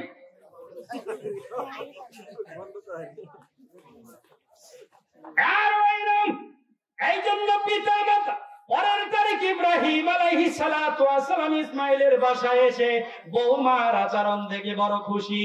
আরে ভিতরে গাইজিয়া গিয়া কয়, বৌমা চিননি আমি তোমার শ্বশুর আব্বা। মাথার মধ্যে হাত রাখছে, আল্লাহুম্মা ফাক্কিহু ফিদ্দিন, আল্লাহ বৌমার ভিতরে দ্বীনের জ্ঞান দিয়ে দিও। আল্লাহ যত দোয়া করা লাগে করে দিয়েছে। ইসমাইল আলাইহিস সালাম আসছে, আসসালামু আলাইকুম ওয়া রাহমাতুল্লাহ। ওয়া আলাইকুম আসসালাম ওয়া রাহমাতুল্লাহ। ইসমাইলের দিকে মুস্কি হাসি দিয়া ইব্রাহিম আলাইহিস সালাম ডাক দেয়া বলে, সন্তান রে তোর জন্য দোয়া করে গেলাম, তোর বউর জন্য দোয়া করে গেলাম, বউটা বড় ভালো পাইছস, এই সুকাত মৃত্যু পর্যন্ত আর পাল্টাস না। তাহলে এই কথা দ্বারা বোঝা যায় বাবা মার কথা অনুযায়ী বউ ছাড়া যায়, কিন্তু বউর কথায় মা বাপ ছাড়া যায় নাই। যেরকম ঠিক না ঠিক? বউ যাইবো মাসে মাসে, তোরে বিয়া করামো চান্দে চান্দে, কারণ মাসের চেঁচান আগে এসে যায়। টেনশন কিসে? ছেলেরা একাধিক বিয়া করা দোষের কিছু না, মেয়েগুলির সমস্যা। ছেলেরা একাধিক বিয়া করা এটা দোষের কিছু না। 7 পর্যন্ত ঠেকাইয়া দেবি, যা করে খোদা। কষ্ট হইতেছে? যত টাইম বেশি যাইবো তত মজা লাগবে, কিন্তু আমাকে তো টাইম বেশি কম দেয়, কারণ আমি যে মনে করেন যে ডাউল শেষ কোন মতে চালাইয়া দিই। ভাইরা আমার, বাবাজিরা আমার, এই জন্য অনেকের মা আছে নিয়ামত কাছে আছে, নিয়ামতের কাছ থেকে দোয়া নিয়ে নিবা, মার সেবা করবা, যত্ন করবা, মাকে ব্যথা দিবা না, মাকে কষ্ট দিবা না, বাবাকে কষ্ট দিবা না।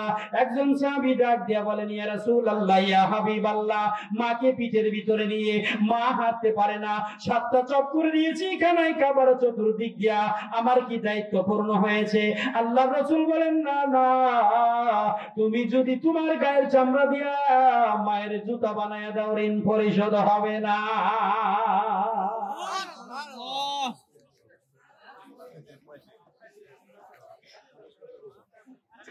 সম্মানিত ভাইরা আমার, তাহলে মা কত বড় নিয়ামত, বড় নিয়ামত, মা বড় নিয়ামত। এই যে শীতের দিন আইছে, ফল ফ্রুট নিয়ে কোথায় যাও? পাগলের মতো কই যাও? কই যান ভাই? বাবার দরবারে। কোন জায়গা? আটরশি। আমাদের এলাকায় মানিকগঞ্জে রাস্তা দিয়ে একজন যাইতেছে, কয় ভাই কই যান? কয় 12 সিঁড়ি। হ্যাঁ, আবার জিজ্ঞেস তুমি তোমার বাড়ি বাড়ি কোথায়? 12 সিঁড়ি। হ্যাঁ, আবার জিজ্ঞেস তোমার বাড়ি কোথায়? কয় আর এক গাছেরও। মানে তার বাড়ি 13 সিঁড়ি। এই যে আছে না, এটা বাস্তব। এই যে আমাদের আপনার ঘিউরে এক জায়গার নাম 12 সিঁড়ি, আর একজনের আর এক জায়গার নাম 13 সিঁড়ি। জিজ্ঞেস ভাই বাড়ি কোথায় আপনার? কয় 12 সিঁড়ি। হ্যাঁ, আবার জিজ্ঞেস তোমার বাড়ি কোথায়? কয় আর এক গাছেরও। তাহলে কয় সিঁড়ি হইল?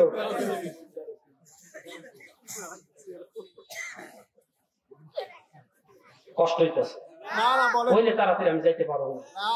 গত রাতে 3 ঘন্টা দাগ খাইয়া জীবনের অবস্থা ভালো না।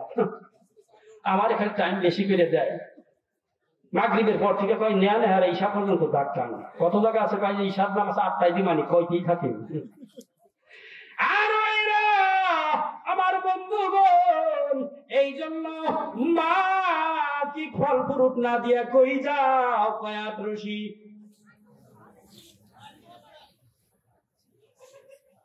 যিনি যাইতেছে কোরআন সুন্নাহ সম্পর্কে ভালো জ্ঞান রাখে না, এরপরেও হ্যাঁ দাওয়াত দেয় তুমি যাইবানি বাবার দরবারে যাইবানি। কয় না না, বাবার দরবারে যাব না। তুমি যাইতে চাও আটরশি, আমি আর 9 গাছ ছিঁড়ে কি করুম? আমার 9 গাছের দরকার নাই। বাসাতে আমার মা আছে, আমার বাবা আছে। যেই ফলের টুকরা নিয়ে তুমি আজকে আটরশি যাইতেছ, কিছুই পাইবা না। সেখানে গিয়ে হুক্কুর করা ছাড়া আর কিছুই পাইবা না। সেখানে যাব না। বাবা মা ঘরের ভিতরে আছে, টুকলা দা কিনা নিয়া মায়ের সামনে নিয়ে ফলা কমু, মা খা, তোর জন্য নিয়ে আসছি। মা যদি খেয়ে আল্লাহর কাছে দোয়া করে হাত বাড়াইয়া, ওই হাত সমস্ত আসমান ভেদ করে, পর্দা ভেদ করে আল্লাহর কাছে পৌঁছে যাবে। এর যদি দোয়া করে, হাদিস কোরআনে কোথাও লেখা নাই দোয়া 100% কবুল হবে? আছে কোথাও লেখা? তাহলে তুমি গরু ছাগল ভেড়া বকরি নিয়ে সেখানে যাচ্ছ। হ্যাঁ, সম্পর্ক ভালো না। যার সাথে যার মহব্বত, তার সাথে তাই হাসর। কারণ তুমি যে প্রাণী নিয়ে মেলা করছো, তোমার সম্পর্ক তো ভালো যার জিনিসের সাথে না, সম্পর্ক ওই জিনিসের সাথে। দেখি তুমি ওইটা নিয়ে মেলা করো। ঠিক না? ঠিক। এই জন্য আসেন ভাইরা আমার, মার সেবা করবেন, যত্ন করবেন। আমার ভাইরা বাবাজিরা, আমার মায়ের যদি লুকমা খেতে পারেন। আমি এত বড় হয়ে গেছিলাম, তা আমার মা লুকমা বানায় দিছে। কারণ কি জানেননি? ধর্মীয় শিক্ষায় শিক্ষিতা মা, ইসলাম সম্পর্কে যথেষ্ট জ্ঞান আছে। এত বড় হয়ে গেছি, নাহু পড়ি। এরপরে মা বাড়িতে গেলে বলে গেছে 1 নলা খা। আমি বললাম না মা, খাবো না। ভাই খা, বরকত আছে। কি বরকত মা? মা ডাক দিয়া বলে, শোনো, আমার বাবার কাছে শুনেছি, অমক হুজুরের মুখে শুনেছি, মায়ের হাতের লুকমা যদি খেতে পারো, আল্লাহ রাব্বুল আলামিন 5টা রোগ কোনদিন দিবে না। ওইটা তাই কইলেন। কয়টা রোগ? 5টা রোগ। মায়ের হাতের যদি লুকমা খেতে পারেন। এখানে লুকমা বাবাটা কাচ্চা, এখানে কাচ্চার কথা এসেছে। আবার কাচ্চা কাকে বলা হয়? দেখবেন শাক দিয়ে ভাত খাওয়ার পর, হ্যাঁ, এরপরে বেগুন ভর্তা দিয়ে ভাত খাওয়ার পর, এরপরে বাদাম ভর্তা দিয়ে ভাত খাওয়ার পর, 3-4 রকমের ভর্তা দিয়ে খাওয়ার পর তরকারি নেন নাই। এবার দেখবেন প্লেটের নিচে ভালো মতোই মোটামুটি টানা লাগিয়ে রয়েছে। ঠিক না? টানা লেগে রয়েছে। এই টানায় আমার মাকে দেখছি কি, একটু পানি নিছে, একটু লবণ নিছে, নিয়ে এরকম করে দাদা দিলে পরে সুন্দর একটা কাদা হয়েছে। এইটার কথাই আল্লাহ রাসূল বলেন, যদি এই কাচ্চা যদি শিশু বাচ্চাদেরকে সাদা আঙ্গুল দিয়ে খাওয়াইয়া দিতে পারো, আল্লাহ রাব্বুল আলামিন ওই বাচ্চাকে কোনোদিন 5টা রোগ দিবে না। সুবহানাল্লাহ। যেভাবে কইছে নিয়ে আবার এই বছর করুন না, না না, এত সহজ না। এমবিবিএস ডাক্তার ট্রিটমেন্ট গুলো কই পাবেন? আমরা দিতে পারবো, আলেমরা দিতে পারবো। ঠিক না? এটা বলবো, এই যারা বিয়া করছ নাই তাদের জন্য প্লাস পয়েন্ট। কারণ এরা বিয়া করবে, বউরে শিখাই দিবা, ছেলেকে কাচ্চা খাওয়াইয়া দাও। কোন জায়গা বলে কোন জায়গা বলে কাচ্চা। ঠিক না? এই অবস্থা কোন শেষে।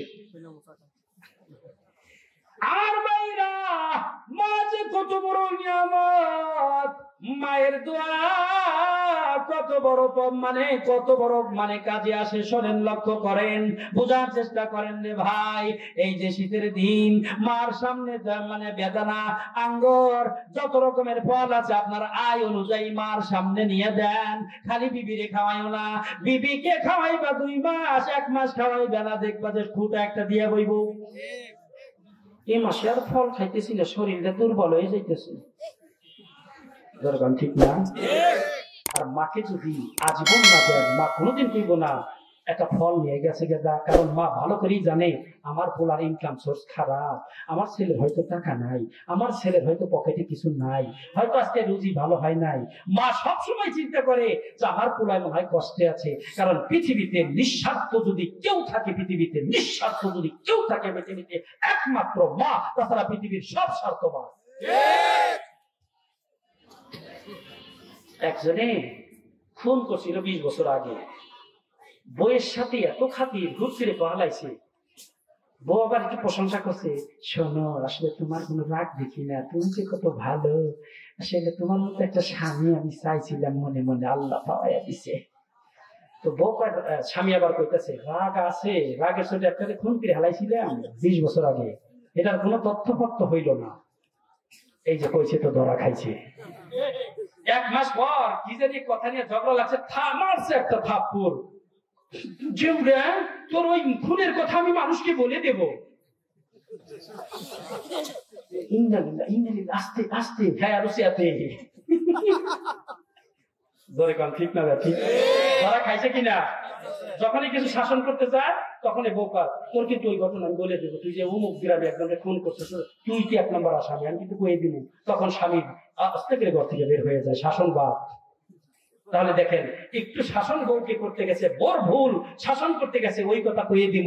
মার 100 খুন কইরা যা মার কাছে হইবেন, যা মার কাছে যা বর্ণনা যদি কেউ দেয় যে মা 100 খুন করছি, এরপরে মা মনে মনে কয় মিথ্যা কথা কইতেছে, আমার পোলা কিছুই করে নাই, কিচ্ছু করে নাই। পুলিশ আইবো, তোমার ছেলে খুনি 100টা খুন করছে, মাই কি করবে জানেন? আস্তাগফিরুল্লাহ, আস্তাগফিরুল্লাহ, আমার পোলা জিন্দেগিতেও ইয়া করে নাই। এই জন্য নিঃস্বার্থ একমাত্র মা। মাকে যারা চেনো না, এই ভুলের পথে আছো, মাকে যারা চিনছো আঁকড়াইয়া ধরবা, মার সেবা করবা। একমাত্র পৃথিবীতে নিঃস্বার্থে যদি পোলাকে বড় করে তাহলে মা করেছে, একমাত্র পৃথিবীতে পোলাকে বড় করেছে তো মা করেছে, কোন স্বার্থের জন্য করে নাই। আমার ভাইরা, এই জন্য গ্রামে বলে একটা পোলা দে রে আল্লাহ, একটা পোলা দে, কামাই খাওয়ার আশা নাই, মাটি দিবে কে? এই কথা বলে অনেক মা 3-4টা মেয়ে হয়েছে, সন্তান হয় নাই, ছেলে সন্তান হয় নাই, শুধু মেয়ে আর মেয়ে। মা আল্লাহর কাছে হাত তুলে কান্না করে, আল্লাহ সন্তানের কোনো কামাই খাবো না, রুজি চাই না, আয় আল্লাহ একটা সন্তান দাও, মৃত্যুর পরে যেন খাটটা কাঁধে করে নিয়ে একটু মাটি আমার কবরস্থানে যেতে পারে, একটা সন্তান দিয়ে দাও। আল্লাহ সন্তান দান করলেন, মা বড় খুশি, মা বড় খুশি।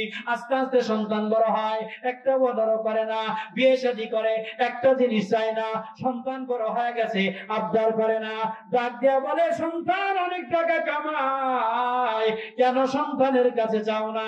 মা তখন চোখের পানি ছেড়ে দিয়ে বলে সন্তানের কাছে আমার চাওয়া পাওয়ার নাই, সন্তান প্রতিষ্ঠিত হোক, ওর সন্তানকে খাওয়াক, ও বৌমাকে খাওয়াক, আমাকে দিতে হবে না। গ্রামের মানুষ ডাক দিয়ে কয়, কেন এত ত্যাগ গো মা তোমার ভিতরে? ডাক দিয়ে বলে, একটাই সন্তান আল্লাহর কাছে চেয়েছিলাম,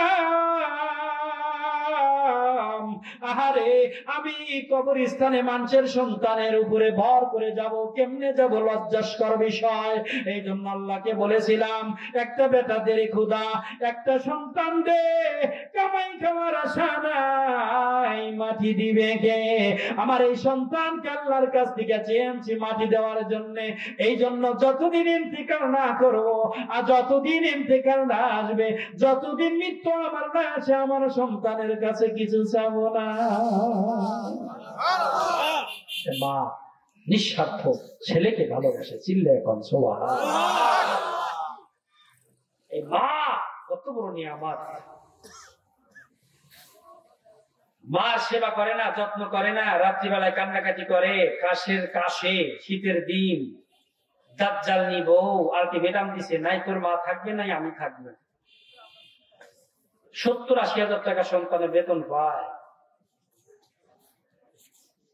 একদিন 2 দিন বোর পেশারে মারে করছে কি, বস্তার ভিতরে ঢুকাইয়া মাথায় দিয়ে কবরস্থানে নিয়ে যেতেছে, যে বাঙ্গা কবরের ভিতরে ফালাই খেয়ে আসুন, শিয়াল খাটা সে খায় হালাই দিব, ঝামেলা শেষ। এটা সন্তানের একবার অন্তর থেকে করে নাই, বইয়ের চাপ।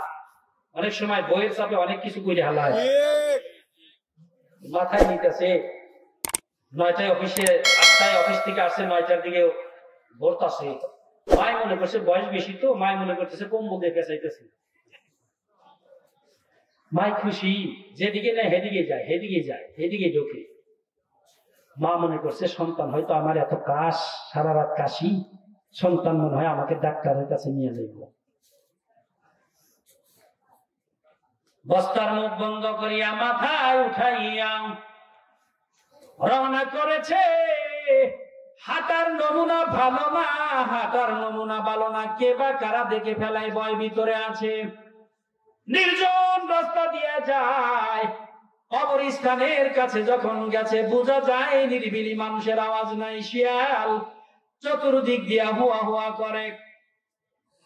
মা ডাক দিয়া কয়, সন্তান রে কই নিয়ে যাও আমাকে বাজান, ডাক্তারের কাছে নি। কয় না মা, ডাক্তারের কাছে নেই না, কিছুক্ষণ কার বুঝতে পারবা কোথায় তোমাকে নিয়ে আসেছি। কবরস্থানের পাশে গাইয়া টাস মেরে দেখে একটা ভাঙা কবর, সেখানে নামাইছে। মাকে ধাক্কা দিয়ে সেখানে বলাইয়া দিছে, মুখ খুলে দিয়েছে। মা আস্তে আস্তে নাড়াচাড়া করিয়া সন্তান ফাঁকে যাইয়া দাঁড়ায় রয়েছে, দেখি কোন হালাত সৃষ্টি হয়। মুখটা আস্তে আস্তে সালার খুলিয়া আল্লাহর কাছে 2টা হাত বাড়াইয়া ডাক দেয়া কয়, আল্লাহ মাবুদ গো, প্রায় 20 মিনিট হাঁটি আমার সন্তান আমাকে রেখে যাইতেছে, ভাঙা কবরের ভিতরে রেখে যাইতেছে। এটা আমার সন্তানের চূড়ান্ত ডিসিশন না। পিন মারার লোকে পিন মারছে, তাই হয়তো আমার সন্তান এই কাজ করতেছে। আল্লাহ তুমি বেজার হইও না, আমার সন্তানের উপরে বেজার হইও না, আমি আমার সন্তানের উপরে বেজার না। তোমার কাছে দোয়া করি গো মাবুদ, এই গভীর রজনীতে চতুর্দিকে শিয়াল হুয়া হুয়া করে, আমার সন্তান কি সহি সালামতে আল্লাহ তুমি বাড়ি পৌঁছায়া দিও। এই কথা শোনার পর ছেলে আর দেরি করে নাই, 2টি চোখের পানি ছেড়ে দিয়ে কয়, আয় আয় আয়, কাকে রেখে যাই রে, কাকে এই স্থানে রেখে যাই, যে আমার জন্য এত কিছু করলো, কবরস্থানে রেখে মাকে চলে যাইতেছি। তথাপি মা আমার জন্য দোয়া করে, আমার জন্য মা বদদোয়া করে না। এত রহম, এত বরকত মায়ের ভিতরে আছে জানি না, মার ভিতরে কত দয়া আছে জানি না রে। আমার ভাইরা আর দেরি করে নাই, আয় আয় আয়, মানিক নামক মা আমার ঘরে আয়, তোরে আর ফালাইয়া থুয়ে যাব না। বুঝেছি পৃথিবীতে সব স্বার্থবান, একমাত্র পৃথিবীতে যদি কেউ থাকে নিঃস্বার্থে, সেটা হলো মা। মাকে কোলের ভিতরে নিয়া বস্তা সরাইয়া দামি চাদর দিয়া মাকে পেছাইয়া দিছে। মাকে গাড়ির ভিতরে মুখটা রেখে গোপনে গোপনে চুমু খায় সন্তান। চক্ষু খুলছে রে, ভাগ্য খুলে গেছে সন্তানের। এইবার মাকে জন্মের আদর করতেছে, কোলে নিয়া হাঁটতে আরম্ভ করে দিছে, আর বলতেছে, মা গো আমাকে ক্ষমা করে দিও, আমাকে তুমি মাফ করে দিও, যে চূড়ান্ত বেদবি করেছি আল্লাহ হয়তো আমার এই ভুল মাফ করবে না, আল্লাহ হয়তো আমার এই ভুলকে ক্ষমা করবে না। এবার দুঃখিনী মা নড়তে পারে না, চড়তে পারে না, হাত আস্তে আস্তে মাথা মাথার উপরে দিয়ে সন্তানের জন্য দোয়া করে, আল্লাহ এই গভীর রজনী অন্ধকার রাত্রিবেলা আমার সন্তান আমাকে কোলে নিয়ে সামনের দিকে যায়, আল্লাহ গো সাপ পোকার কামড় থেকে আমার সন্তানকে বাঁচাইয়া দিও, শিয়ালের আক্রমণ থেকে বাঁচাইয়া দিও, সহি সালামতে আমার সন্তানকে বাড়ি যাওয়ার তৌফিক দিও। মাতা হাতায় আর মায়ে দোয়া করে, বাড়িতে গিয়ে আর দেরি করে নাই, দামি পালঙ্কের উপরে মাকে রেখে এইবার মিস্ত্রিকে গাঁটটা ধরছে, ও বাঘ তোর মতো স্ত্রীর আমার দরকার নাই, তুই এমন পরামর্শ দিছস, পরামর্শ বাস্তবায়ন করতে গিয়ে দেখেছি বুঝেছি মা কত আপন, মা কত দয়ালু রে, আসমানের নিচে যদি কেউ আপন তাকে মারছে বেশি আপন নাই, আর মারছে যদি বেশি আপন কেউ দেখায় সে স্বার্থবান। তোর দুইটা জিনিস একদিন আনতে দেরি হয়েছিল, তুই খোটা দিয়েছিলি, বাপ আপনি আর সংসার করে না, নগদে 3 তালাক। ওই দিন 3 তালাক দিয়ে একটা আমার কাছে আইছে, হুজুর বসাইয়া দিছি, কি করছোস? 3টা মারছি, আবার নিয়ে খাওয়া যাবো না, কইরে মুয়াজ্জিন সাহেব লাড়িটা আনছে, পিঠে আগে দুরুস্ত করে নেই, ঠিক না? নগদে ছেড়ে দিছে, যা বাবার বাড়ি যা, তোর জন্য বাজেট করলাম, কেস কালেকশন করি, 5 লাখ তোর পিছনে ব্যয় করুম, পায়ে ধরছে, কেন এখানে পায়ে ধরার কাম বাজে নাই, বাঘ নগদে প্যাকেট করছে। এরপরেও মা কয়, বাবা ওরে সাল দিকে রাখতি রাখতি, মা না, চোখ খুলে গেছে গা, বুঝতে পেরেছি জান্নাত কোন পথে, এটা বোঝার কাম শেষ, ওকে আর সংসার করবো না, সারা খারাপ ডিসমিস সব। এবার মা কি করতেছে, প্রত্যেক দিন মা সুন্দর পরিবেশ পেয়েছে, নরম বিছানা পেয়েছে, মার শরীর অটোমেটিক ভালো হয়ে গেছে। অনেক কিছু দেখবেন, অনেক সময় শরীর ভালো পরিবেশের সাথে অনেকটা মানে মিল আছে না নাই? আছে। কালো চান অনেক সময় লাল চান হয়ে যায়, কারণ টাকা পয়সা আছে, প্রতিদিন 1.5 কেজি কিনে 2 কেজি কিনে আপেল খায়, আঙ্গুর খায়, কালাও দিয়ে লাল চান হয়ে গেছে। কি খায় জানিস নি, খালি মাল খায়। কারণ বোঝা গেছে পরিবেশ পাইছে ভালো, খাওয়া খাদ্য ভালো, প্রতিদিন ফল খায়, তার চেহারাতে একটু টকবক টকবক করবো, ঠিক না? এই জন্য পরিবেশে অনেক কিছু পরিবর্তন ঘটে। মা দোয়া করতেছে, আল্লাহ আমার সন্তান বউ ছাড়া হয়ে গেছে, আল্লাহ তোমার কাছে একটা বউ চাই। মুরব্বিদের তো এইরকম, আল্লাহর কাছে বউ চাইতেছে, মা তো মাই একের খোলাসা বাংলা, খাসা বাংলা, আমার বলার জন্য একটা বউ দেও আল্লাহ, তোমার কাছে অভাব নাই। এমন ভাবে করুণ ভাবে মা 1 সপ্তাহ শুক্রবার 2 শুক্রবার দোয়া করেছে, আল্লাহ মায়ের দোয়া কবুল করে নিছে। বউ দেখতে গেছে সর্বপ্রথম, এই বউ তালাক দেওয়ার পর, কারণ ছেলেরা বউ তালাক দিলে ইদ্যত পালনের কোনো হুকুম নেই, ঠিক না? মেয়ে তো 3 মাস 10 দিন, অন্য জায়গায় বিয়ে বসার সুযোগ নাই, ঝামেলা আছে। আর ছেলেরা বর যদি চূড়ান্ত বেদবি পায়, হ্যাঁ আকান্ত কামে বউ ধরা খায়, বাদ দিয়ে দিবি, আজ বাদ দিয়ে এখান দিয়ে বিয়ে করবি, এতে কোনো সময় কোনো ইদ্যত পালন করতে হবে না, চিল্লে এখন মার হাল্লা, কত সুবিধা। শুক্রবারের দিন বউ দেখতে গেছে, মাকে লগে ফিরে নিয়ে গেছে, সুন্দর কাপড় চাপড় পরায়া। দেখবেন পোশাক এমন একটা জিনিস, সে যেমনই হোক না কেন, যত দামি সুন্দর পোশাক পরাবেন, হ্যাঁ খালি সুন্দরই লাগবে, ঠিক না? এটা কিন্তু বাস্তব। কিন্তু এই পোশাক যদি উল্টা পাল্টা লাগান, যদি কন যে বাড়িতে একটা ডগ পালি, এই ডগকে আজকে চশমা লাগাইয়া দিন, টুপি পরাইয়া দিব, পাঞ্জাবি টাঞ্জাবি যা আছে সব পরাইয়া দিব, দেখবেন ডগের যে আগে সৌন্দর্য সেটা নষ্ট হয়ে গেছে গা, ঠিক না?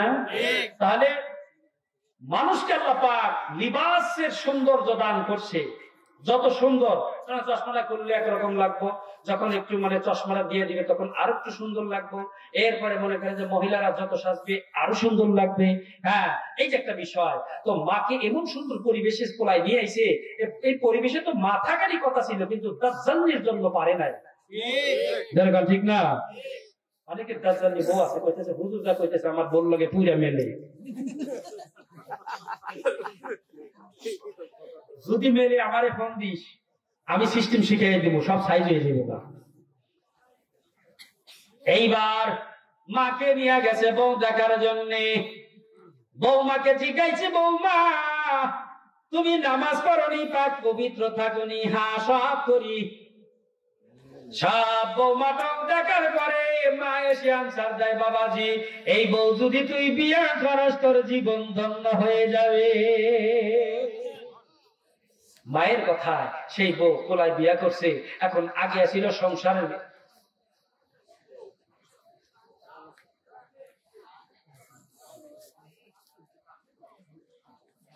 আচ্ছা ঠিক আছে, সমস্যা নাই, আমি হলো জাপানি হুজুর, যদি কত ফজর পর্যন্ত তাও পারি। ঠিক না? এই এক সপ্তাহে কত নিয়ে যাবো, কোন দিকে দেখবো যে হারা রাত ছেড়ে দেবো, আমার ওয়াজ ফিরিব না, চিল্লে আলহামদুলিল্লাহ। আপনাকে কষ্ট হইতেছে, তাহলে বহেন এই দাঁড়ায় রয়েছেন কি? একবার কিন্তু এই যে মানে বসাইছি খুব কষ্ট করিয়া, একটা লোক দাঁড়ায় থাকবেন না, বসেন সব। হ্যাঁ, এক বালকের বাইরে দাঁড়ায় ওনাদেরকে বসায় দেয়, মহব্বতের সাথে বসায় দেয়, খুশি দিয়ে বসায় না। কিন্তু আবার অনেক জায়গা ববিনা লাগে চকুর তুলকে আলাই দেবেন না, এই সমস্ত জায়গা চোখ না, চকুটে নিয়ে যাত্রা ফাত্রা এগিয়ে চকুটে নি। আর এখানে তা না, এখানে মহব্বতের ভালোবাসা দিয়ে বসায় দিতে হবে। ঠিক না ভাই? ঠিক। এ আমার ভাইরা, সহবতে লেহ তুরা লেহ কুনাদ, সহবতে লেহ তুরা লেহ কুনাদ।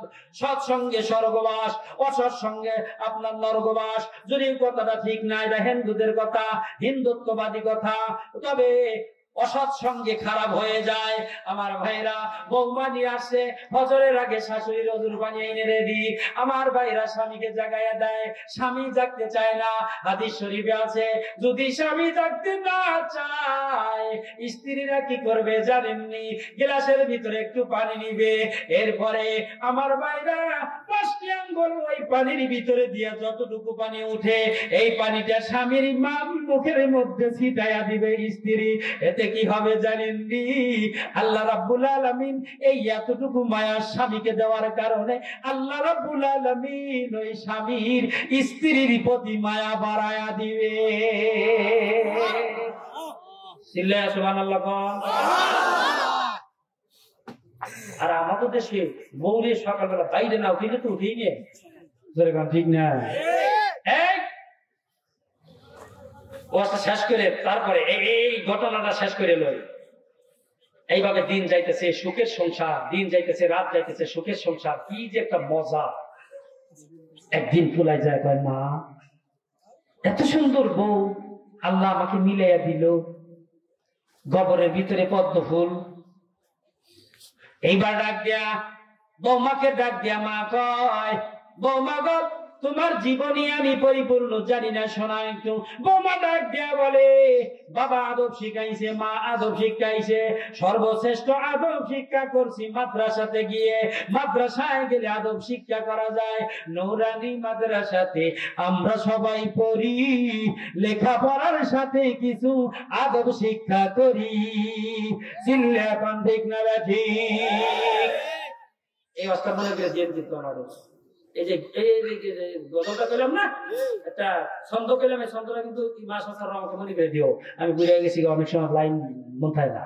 তো এবার আসেন, তো এই আদব শিখতেছে মহিলা মা আসলে পড়াশোনা, আমি মহিলা ভাষায় পড়াশোনা করছি। তারপরে আমি কলেজে করেছি, কলেজে আচ্ছা স্কুল কলেজ যাই পড়ছে, কিন্তু শুরু লগ্নের পড়াটা তার মাদ্রাসায় থাকার কারণে শাশুড়ির সম্মান বোঝে, শাশুড়ির ইজ্জত বোঝে। স্বামীকে যে ফজরের আগ দিয়ে আজানের পরে একটু পানি ছিটিয়ে দেওয়া লাগে, এটা কলেজের মেয়েদের কাছে পাবেন না, এটা মাদ্রাসার ছাত্রীদের কাছে পাইবেন। কারণ পানি ছিটিয়ে দাও, এরপরে ন্যাপ দিয়ে দেখতে লাগবো, ঠিক না?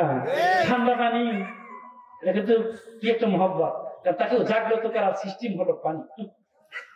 উঠলো না, এরপরে ল্যাপ মুড়ি দিছে, কতক্ষণ মুড়ি দিয়ে থাকবো, তারপরে একাই ঠান্ডা বেরিয়ে যেতে চাইবো। যেরকম ঠিক না ঠিক দাঁড়ায় থাকবো, আবার আস্তে আস্তে মনে করছে বউ সামনে নাই, ও মনে হয় গেছে গা উজু করতে, আবার যখন মুখটা বের হবে ফুটকিরে পানি ছিটিয়ে দিবেন, আবার দেখতে আলাইবো, কতক্ষণ থাকবা থাকো, হ্যাঁ এরপর দম বেরিয়ে যেতে চায়, আবার মুখ খুলছে, খোলা করে আবার দিবা, 3 বার দিয়ে দেখো তোমার স্বামীর গম অটো ভেঙে যাবে, গমের মজা আল্লাহ নষ্ট করে দিবে, ওই স্বামী ফজরের নামাজ পড়তে বাধ্য হবে।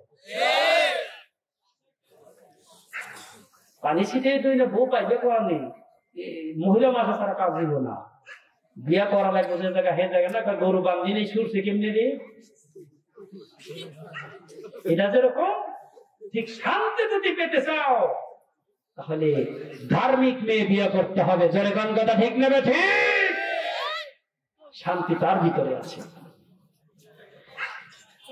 সকালবেলা চাপা ভর্তা দিয়ে ভাত খাইছে, সকালবেলা চাপা মাছের ভর্তা, মমিন সিং ওয়াজরা বন্ধ করে দিছি, খালি চাপা মাছের ভর্তা খাওয়ায়, চাপা হোক কি হয়, ওয়াজ করতে গেছি জিকির ধরা দিয়েছি, চাপা মাছের গন্ধ আসে, কি রে আমার আল্লাহর জিকির দিয়ে কি এইরকম নাকি,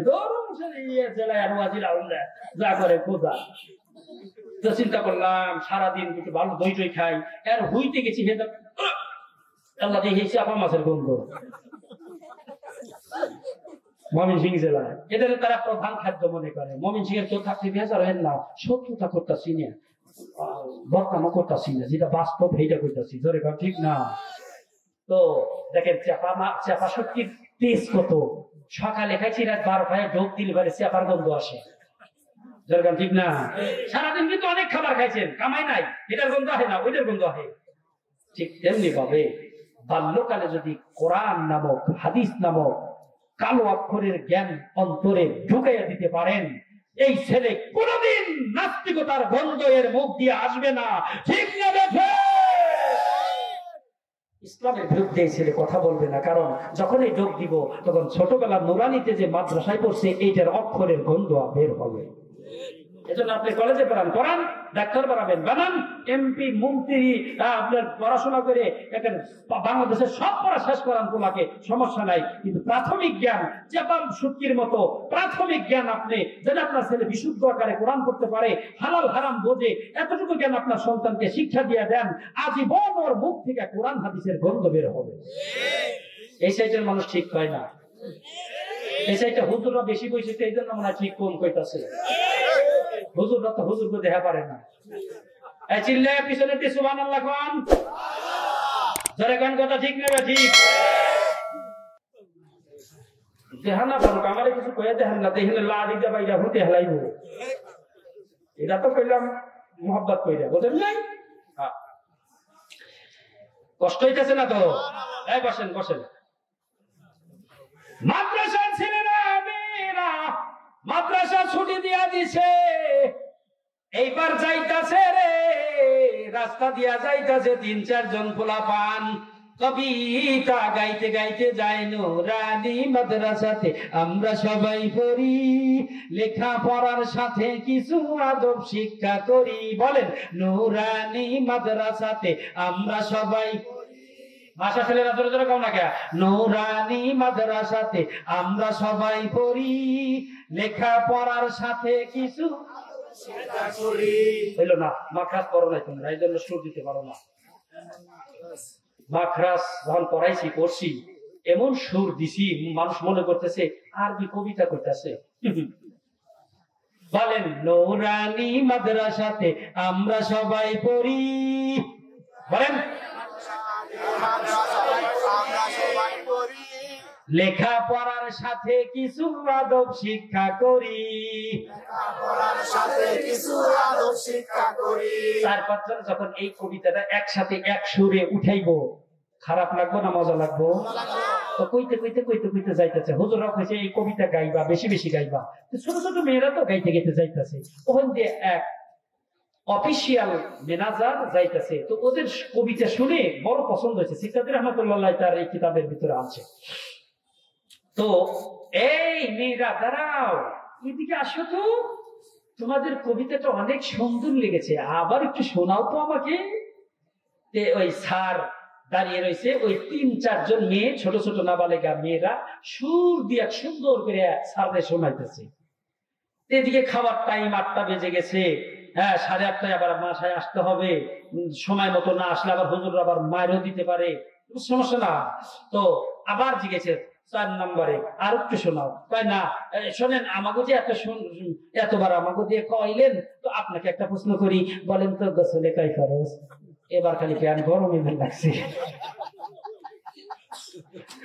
গোসলে কয় ফরজ, প্যান গরম হয়ে লাগছে, মরে গেছি রে, কি ধরে বসলো। এখন কয় মা তোমাদের কি সময় হাতে আছে? কয় না আমাদের 8:30 মাসে যেতে হবে। স্যার ধমকতে করছি, ঠিক আছে এখন যাও, কালকে আমি শিখাইতেছি, আমি সই 8টা এখানে কালকে থাকবো, তোমরাও আইসো কালকে, তোমাদেরটাও শুনবো আমারটাও বলবো। হ্যাঁ ঠিক আছে ঠিক আছে, সালাম দিয়ে দিছে। স্যার মনে মনে যাইতেছে চিন্তা, হাই হাই রে যে প্রশ্ন করলো, এই প্রশ্নের উত্তর অবশ্যই আমাকে শিখতে হবে কালকে। আর ওদের সাথে ওয়াদা দিছি যদি কালকে 8টায় এখানে না থাকি আজীবন ওই মেয়েদের কাছে আমাগো মতো লোক অবিশ্বাস হয়ে যাবে। স্যার করছে কি অফিস আদালত সব শেষ করিয়া এবার দাদার স্মরণাপন্ন হয়েছে, রাত্রিবেলায় খাওয়া দাওয়া করিয়া দাদারে বলতেছে, দাদা দাদা আমি তো একটা প্রশ্নের সম্মুখীন হয়েছে, তোমার কাছ থেকে শিখতে হবে দাদা। দাদারও বয়স মোটামুটি 90 বছরের কম না। ঠিক আছে কি প্রশ্ন কর, তোরে শিখাইয়া দে। দাদা গোসলে কয় ফরজ একটু শিখে দাও তো।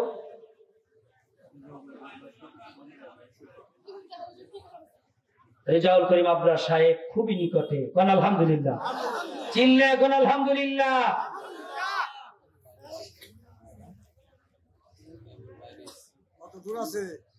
চন্দ্রা চন্দ্রা আমি জেনতে জেনতে জেনে হ্যাঁ ভিতর আসবে, হ্যাঁ মাসা দেরি লাগবে না। আমার দিকে তাকান, এবার দাদা ভাই শিখাইতেছে, উস্তাদ কেরা কথা কয় না, যারা আমার টুপুরে বসেন তারা কিন্তু টাস টাস করেন, দাদা এই প্রশ্ন তুই পারস না, বিয়া শাদী করে তোরও দুটো ফোলা হয়েছে, এখন তুই এই গোসলের ফরজ জানোস না? কয় জানি কিন্তু উলট পলট লেগে যায়। বাসা ছেলেরা বলো গোসলে কয় ফরজ? এই পর্যন্ত থাকা কই না কিন্তু সাবধান, ওয়াজ নালি ফাইটা যাবো গা। দাদাই শিখাইতেছে পারস না, পারি উলট পলট লেগে যায়, কামাল লাগে কামাল লাগে। গোসল মে 3 ফরজ, তো নাতি কইতেছে গোসল মে 3 ফরজ। আগের দাদারা কিন্তু বাংলাতে উর্দুই বেশি কইতো, স্বাধীন আমাদের যেরকম, ঠিক না বেঠি? এটা ভেঙে দিই নাহলে আবার সেখানে হুজুর মনে হয় বানাই কইতেছে, উর্দুতে বেশি কইতো কথা। নাতিরে কইতেছে কা গোসল মে 3 ফরজ, নাতি কয় গোসল মে 3 ফরজ। তোয়াইলা দানি সাবুন দানি, নাতি কয় তোয়াইলা দানি সাবুন দানি। 3 নম্বরে সারি বদন মে পানি পানি, নাতি কয় সারি বদন মে পানি পানি। এবার ওই জন্য মুখস্থ দিয়ে আমার শোনা তো সহজ জিনিস, তো কি করতেছে গোসল মে 3 ফরজ, তোয়াইলা দানি সাবুন দানি সারি বদন মে পানি পানি। এসে যা যা যা যা ঘুমাগা, ঘুমাইছে, সকালবেলা উঠছে ভুলে গেছে গা। আবার দাদার কাছে গেছে, দাদা একবার বলছে মনে হয়েছে, তো 8টার সময় সার যা সেখানে দাঁড়াচ্ছে যে মাস আর সেই সারারা ওই রাস্তা দিয়ে আবার ওই সুরে সুরভিত করতে করতে মুখরিত করতে করতে ওই কবিতা গাইতে গাইতে আইতেছে, নূরানি মাদ্রাসাতে আমরা সবাই পড়ি, লেখা পড়ার সাথে কিছু আদব শিক্ষা করি। আস্তে আস্তে কবিতা গাইতে গাইছে ত্রিমলায় স্যার দাঁড়িয়ে আছে, স্যারকে ডাক দিয়েছে, স্যারের কাছাকাছি যখন এসেছে মাদ্রাসার স্টুডেন্টরা সুন্দর করে সালাম দিয়ে দিল। সালাম দিয়ে দেওয়ার পর এইবার স্যার বলতেছে, ওগো সোনামণিরা আর একটা বার শোনাও, তোমাদের কুকিল কণ্ঠের কবিতা শুনতে বড় মজা। এবার কয়েকজন মেয়ে একাত্রিত এক সুরে ওই স্যারকে এই কবিতাটা শোনায়া দিল। এবার একজন মেয়ে যে একটু ভালো বোঝে বলে, স্যার আপনাকে কালকে প্রশ্ন দিছি উত্তর দেন, কালকে আপনাকে বলছি গোসলে কয় ফরজ, আপনি কালকে বলেন নাই আজকে বলেন। এইবার স্যার ডাক দিয়ে বলে, সহজ প্রশ্ন তোমাদেরকে আনসার দিয়ে দেই। গোসল মে 3 ফরজ, তোয়লা দানি, সাবুন দানি, সারি বদন মে পানি পানি। বড় মেয়েটা কয় ইন্না লিল্লাহি ওয়া ইন্না ইলাইহি রাজিউন। ঠাড়া করবো আপনার উপরে। ঠিক হও তুমি, ছোট্ট মানুষ বড় গলা, এই হয় নাই তো, কোথেকে শিখছেন আপনি গিলা? তোমাগোটা হয় না, আমারটা হয়েছে। না, আপনারটা হয় না, আমাগোটা হয়েছে। কেমনে আপনি শিখছেন কার থেকে? দাদার কাছ থেকে শিখছি। আচ্ছা বলেন, দাদা কি শুদ্ধ কইছে না বিশুদ্ধ কইছে? দাদার অবস্থা যদি এই হয়, নাতি তো নাই। কথা ঠিক না ঠিক? এবার মেয়েরা বলতেছে গোসলে 3 ফরজ, গোসলে। এবার মাসা ছেলেরা বলো গোসলে কয় ফরজ? 1 নম্বর। ছেলেরা নাই? গড়গড়াইয়া কুলি করা নাকি পানি দেওয়া? কান সমস্ত শরীর দৌত করা নাকি আর কোন কঠিন জিনিস? আমার বাইরা বাবাজিরাম, মাদ্রাসার ছেলেরা, মাদ্রাসার মেয়েরা যারা বড় হয়, এরা আদব হয়, আদব করে, সম্মান করে, ইজ্জত করে, বাবা মাকে শ্রদ্ধা করে। কোনদিন একজন আলেমের থেকে বাবা মা অপমানিত হয় নাই, হবেও না। কোনদিন মাদ্রাসার ছাত্রদের কাছ থেকে মা বাবা অসম্মানিত হয় নাই, হয়ও না, কোনদিন হবে না। এই জন্য পিতা মাতা যাদের আছে তাদের সেবা করবা, যত্ন করবা। আর যাদের বাবা মা নাই, আল্লাহর কাছে খাস করে দোয়া করবা। মা হারা সন্তানদেরকে বলবো, যাদের বাবা নাই মা নাই, মনে চাই বাবা মার জন্য দামি একটা লুঙ্গি কিনে দেব, মনে চাই মার জন্য একটা শাড়ি কিনবো, কিন্তু দেওয়ার তৌফিক আছে কিন্তু কাছে নাই তারা। তাদের জন্য অন্তরে আরে কান্না বয়, অন্তর থেকে পানি ঝরে। কেমনে রে, বাবা মা যদি থাকতো তাদের সেবা করতাম, যত্ন করতাম। তখন টাকা ছিল না, এখন টাকা অনেক হয়েছে, বাবা মার সেবা করতে পারি না। তাদেরকে বলবো, মায়ের বান্ধবী কারা, তাদেরকে হাদিয়া দিবেন। বাবা কাদের সাথে চলাফেরা করছে, তাদেরকে হাদিয়া দিবেন। যদিও না পান, তাহলে এই যে রাত্রিবেলায় জাগিয়া মাদ্রাসার ছাত্রীরা কোরআন তেলাওয়াত করে, হাদিসের দর্শ নাই, হাদিসের দর্শ শেখে, এদেরকে এই লিল্লাহ বোর্ডিং এ দান করে দিবেন। এরা খায়া হাইরা আল্লাহর কাছে দোয়া করবে, আল্লাহ যারা আমাদেরকে ভালো খাবার খাওয়াইছে, আল্লাহ আমাদের পড়ালেখার পিছনে যারা অর্থ সম্পদ ব্যয় করেছে, আল্লাহ তুমি তাদেরকে সুখ দিও, তাদেরকে সুস্থতা দান করিও। এইভাবে যখন দোয়া করবে, গভীর রাত্রে দোয়া আল্লাহ কবুল করে নেয়। এই জন্য মাদ্রাসার সাথে আদাতি করবেন না, শত্রুতা করবেন না। মাদ্রাসা যেখানে কোরআন হাদিসের জ্ঞান শিখানো হয়, আল্লাহর পরিচয় এখান থেকে পাওয়া যায়। এদের সাথে আদোয়াতি করবেন না, দুশ্মনী করবেন না, বন্ধুত্ব রাখবেন। এদেরকে আপনারা অর্থ দিয়া, সম্পদ দিয়া, বুদ্ধি দিয়া, মেধা দিয়া বুদ্ধি দিবেন। আমার মা বাবার ভাইরা আমার সহযোগিতা করবেন। আমার বন্ধুগণ, কোন মায়ের সন্তান আছে যে 30,000 টাকা এই মাদ্রাসায় লিল্লাহ বোর্ডিং এ দান করবেন? সর্বনিম্ন 30 পারা কোরআন 30,000 টাকা রেখে দিলাম, 50,000 টাকা সর্বপ্রথম। কে আছেন 1,00,000 টাকা? আমি চাই। কে আছেন 1,00,000 টাকা অত্র মাদ্রাসায় দান করে আল্লাহ তাআলার বন্ধু রূপে আপনি আল্লাহর কাছে গ্রহণযোগ্যতা লাভ করবেন। হাদিসে as-সাকি, হাদিসে আসছে as-সাকি হাবিবুল্লাহ ওয়ালাউ কানা ফাসিকান। দানবীর আল্লাহর বন্ধু, ধরে কোন মারহাবা। ধন দিয়া মন বোঝে, বোঝে বেটা দিয়া, ফকির বানাইয়া ঘুরায় আল্লাহ কতজনকে সালা কান্দে দিয়া। আমি 1 নম্বরে 50,000 টাকার আবদার করেছি, জানি না কারণ মায়ের সন্তান দান করবে এই মাদ্রাসায়, আল্লাহ সন্তানদের পিছনে দান করবে, আল্লাহর ঘরে, আল্লাহর রাসূলের ঘরের জন্য দান করবে। এটা কোনোদিন নিজ নষ্ট হবে না। এই দান করে যাওয়ার পর কিয়ামত পর্যন্ত কবরে শুয়ে থাকবেন, আল্লাহ রাব্বুল আলামিন সওয়াব আপনার কবরে পৌঁছাইতে থাকবে। নারে তাকবীর।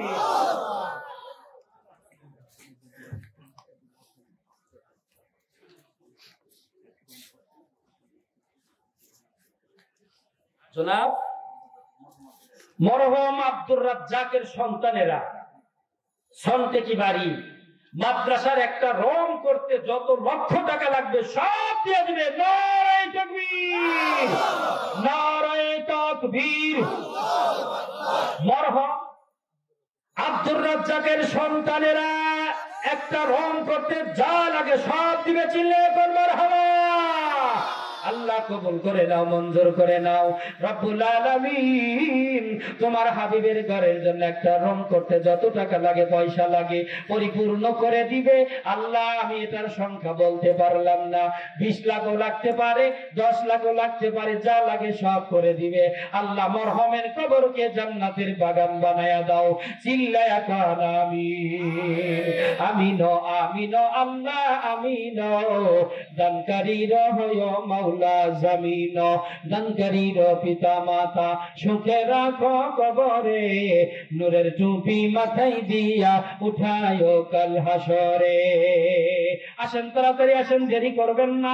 50,000 টাকা একবারে নাথিং একটা ব্যাপার। হঠাৎ করে মুসার যাচ্ছে, কি হয়েছে? কয়াবেন ডিসাইড হয়েছে, গেছে অপারেশন করছে, লক্ষাধিক টাকার উপরে চলে যায়। অথচ আল্লাহর হাবিব বলেন তোমরা দান করো, as-সাদাকাতু তারাদ্দুল বালা। দান করলে কি হয়? আল্লাহ বালা মুসিবত দূরে নিয়ে যায়। সুবহানাল্লাহ বলে।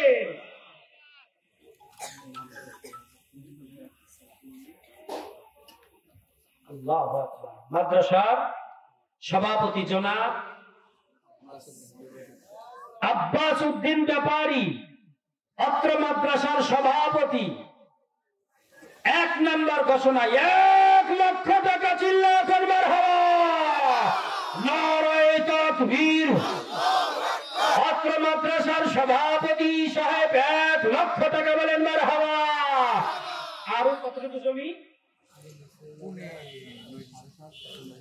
আগে দিছে 7.5, এখন 1.5 জায়গা অর্থ একবারে লেখা দিলের জন্য। নারায়ে তাকবীর। আল্লাহ তাআলা ধন দিয়া মন বোঝ, বোঝ বেটা দিয়া। আল্লাহ কত কোটিপতিকে ফকির বানায় ঘুরাও সানা কান্দে দিয়া। সেই ক্ষমতা আল্লাহর আছে না নাই বলেন? আল্লাহ কত কোটিপতিকে মাটির সাথে মিশাইয়া দেয়, আবার জিরোকে আল্লাহ কোটিপতি বানায়া দেয়। এই জন্য আসেন রে ভাই, সভাপতির দান শুনে আমি বড় খুশি হয়ে গেলাম। আল্লাহ এরকম যদি দানবীর আর কয়েকজন হয়, অপকৃত মাদ্রাসার জায়গা সহ বিল্ডিং সহ হয়ে যাবে। আমার ভাইরা, আল্লাহ রাসূল বলেন মানুষ ইন্তেকালের পর সব আমল বন্ধ হয়ে যায়, কিন্তু 3টি আমল বাকি থাকে। 1 নম্বরে সাদকায়ে জারিয়া, সদকা করে যাবেন, দান করে যাবেন, কিয়ামত পর্যন্ত কবরে শুয়া শুয়া সওয়াব পাবেন। আল্লাহ আজকের এই মাহফিলে যারা দান করবে, আল্লাহ সবাইকে দানবীর হিসাবে কবুল করে নাও, তোমার বন্ধু হিসাবে কবুল করে নাও। জোরে বল আমিন, আর জোরে বল আমিন।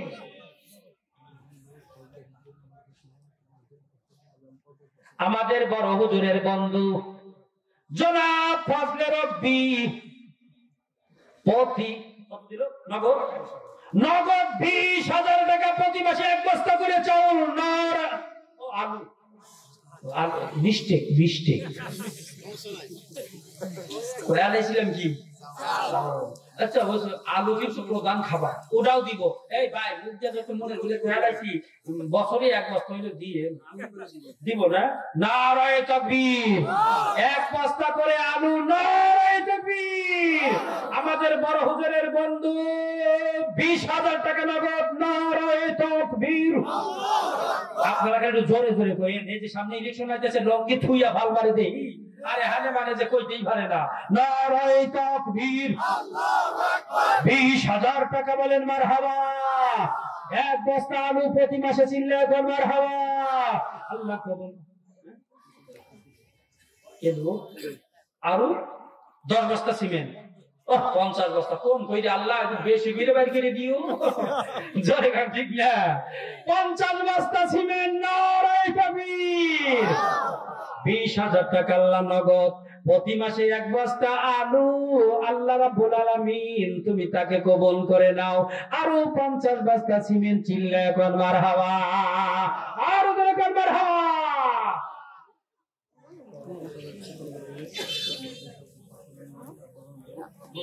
মাশাআল্লাহ, জাযাকাল্লাহ। বাপ ভালো তার পুত ভালো, মা ভালো তার জি, গাই ভালো তার দুধ ভালো, আরো ভালো তার ঘি। মাদ্রাসার সভাপতির বড় মেয়ে এবং আরেক মেয়ে, দুইজনে 5-5, 10,000 টাকা, চিল্লে এখন মারহাবা, আরো জোরে কর মারহাবা। আরে দুইজন ছাত্রী, 5-5, 10। আল্লাহ রাব্বুল আলামিন এই যুগের ভিতরে আবেদা সালেহা হিসাবে কবুল করে নাও। জোরে জোরে কোন আমিন।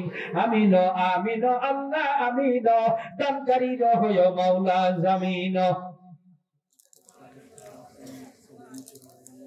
সাবেক চেয়ারম্যান জনাব ফারুক সাহেবের সন্তান, সাবেক চেয়ারম্যান ফারুক, তার সন্তান জনাব মশিউর রহমান নান্নু, নগদ 10,000 টাকা, চিল্লায় এখন মারহাবা। 50 বস্তা সিমেন্ট দিবে, জোরে কোন মারহাবা। আল্লাহ 10,000 টাকা নগদ, 50 বস্তা সিমেন্ট বাকি। আল্লাহ রাব্বুল আলামিন চেয়ারম্যানের সাহেবের ছেলের আল্লাহ নেক হায়াত দারাজ করে দিও, লাখ লাখ টাকার মালিক বানায়া দিও। আর রাব্বুল আলামিন আত্মীয় স্বজন যারা কবরের বাসিন্দা হয়েছে, আল্লাহ এই দানের বদৌলতে আল্লাহ কবরকে তুমি জান্নাতের বাগান বানায়া দিও। জোরে জোরে কোন আমিন। আমাদের বড় হুজুরেরা 50 জনাব জয়নাল আব্দিন সাহেব 50 বস্তা সিমেন্ট, চিল্লে এখন মারহাবা, নারায়ে তাকবীর, লিল্লাহে তাকবীর। আল্লাহ 50 বস্তা সিমেন্ট হুজুরের চাচা করলো দান, আল্লাহ তুমি বাড়ায়া দিও মান। রব্বুল আলামিন কোটি কোটি টাকার মালিকের মালিক বানায়া দিও। আল্লাহ সোনার মক্কা মদিনার বানায়া দিও মেহমান। জোরে কোন আমিন। আমিন। ফারুক চেয়ারম্যান সাহেবের ভাই হাজী আব্দুর রাজ্জাক 50 বস্তা সিমেন্ট, চিল্লে এখন মারহাবা, আরো জোরে কর মারহাবা। আল্লাহ কবুল করে নাও, মঞ্জুর করে নাও। চেয়ারম্যান সাহেবের ভাই আল্লাহ 50 বস্তা সিমেন্ট করলো দান, আল্লাহ কবুল করে নাও, আল্লাহ বাড়ায়া দিও মান। আল্লাহ সোনার মক্কা মদিনার মাঠ বানায়া দিও মেহমান। জোরে কোন আমিন। মাশাআল্লাহ। মাদ্রাসার সভাপতি সাহেবের ছোট ভাই জনাব আক্কাস ভাই কত 10,000 টাকা, চিল্লে এখন মারহাবা, আর জোরে কর মারহাবা। কবুল করো, মঞ্জুর করো মনের বাসনা, নবীজি কি না দেখাইয়া মৃত্যু দিও না। জোরে কোন আমিন। মাশাআল্লাহ। নারিয়া রাখ ভাই আব্দুল কুদ্দুস সাহেব 10 বস্তা সিমেন্ট, চিল্লে এখন মারহাবা। আল্লাহ 10 বস্তা সিমেন্ট করছে দাম, আল্লাহ দুনিয়া এবং আখিরাতে বাড়ায়া দিও মান। রব্বুল আলামিন টাকা পয়সা দিও বেশি পরিমাণ। আল্লাহ সোনার মক্কা মদিনার বানায়ও মেহমান। জোরে কোন আমিন। জনাব কিরণ খন্দকার 10 বস্তা সিমেন্ট, জোরে কোন মারহাবা, আর জোরে কোন মারহাবা। আল্লাহ কিরণ খন্দকার 10 বস্তা সিমেন্ট, আল্লাহ তুমি কবুল করে নাও, মঞ্জুর করে নাও। আল্লাহ প্রকৃত মাদ্রাসা কিয়ামত পর্যন্ত এটা জারি থাকবে, লাখ লাখ মেয়েরা এখানে পড়াশোনা করবে, প্রত্যেকটা হরফের সওয়াব আল্লাহ ওই দানবীরের আমলে পৌঁছায়া দিবে। জোরে কোন আমিন। জনাব হাজী ইসমাইল সাহেব শান্তি কি বাড়ি, নগদ 5,000 টাকা, চিল্লা এখন মারহাবা। হাজী ইউনুস খান 5,000 টাকা, জোরে বলেন মারহাবা। আল্লাহ কবুল করে নাও, মঞ্জুর করে নাও, জোরে জোরে বরকত দাও, নেক হায়াত দারাজ করে দাও। আল্লাহ 5,000 টাকা, টাকা পয়সায় রাখিও না ফাঁকা। আয় রব্বুল আলামিন বাড়ি করতে দিও। আয় আল্লাহ উন্নত শহর ঢাকা। জোরে কোন আমিন।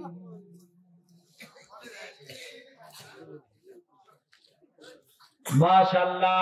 আমাদের মাশার বড় হুজুরের ভগ্নিপতি জনাব সাইফুল ইসলাম সাহেব 20 30,000 টাকা, 50 বস্তা সিমেন্ট, নারায়ে তাকবীর। কি দিবে বস্তা? আলু 1 বস্তা।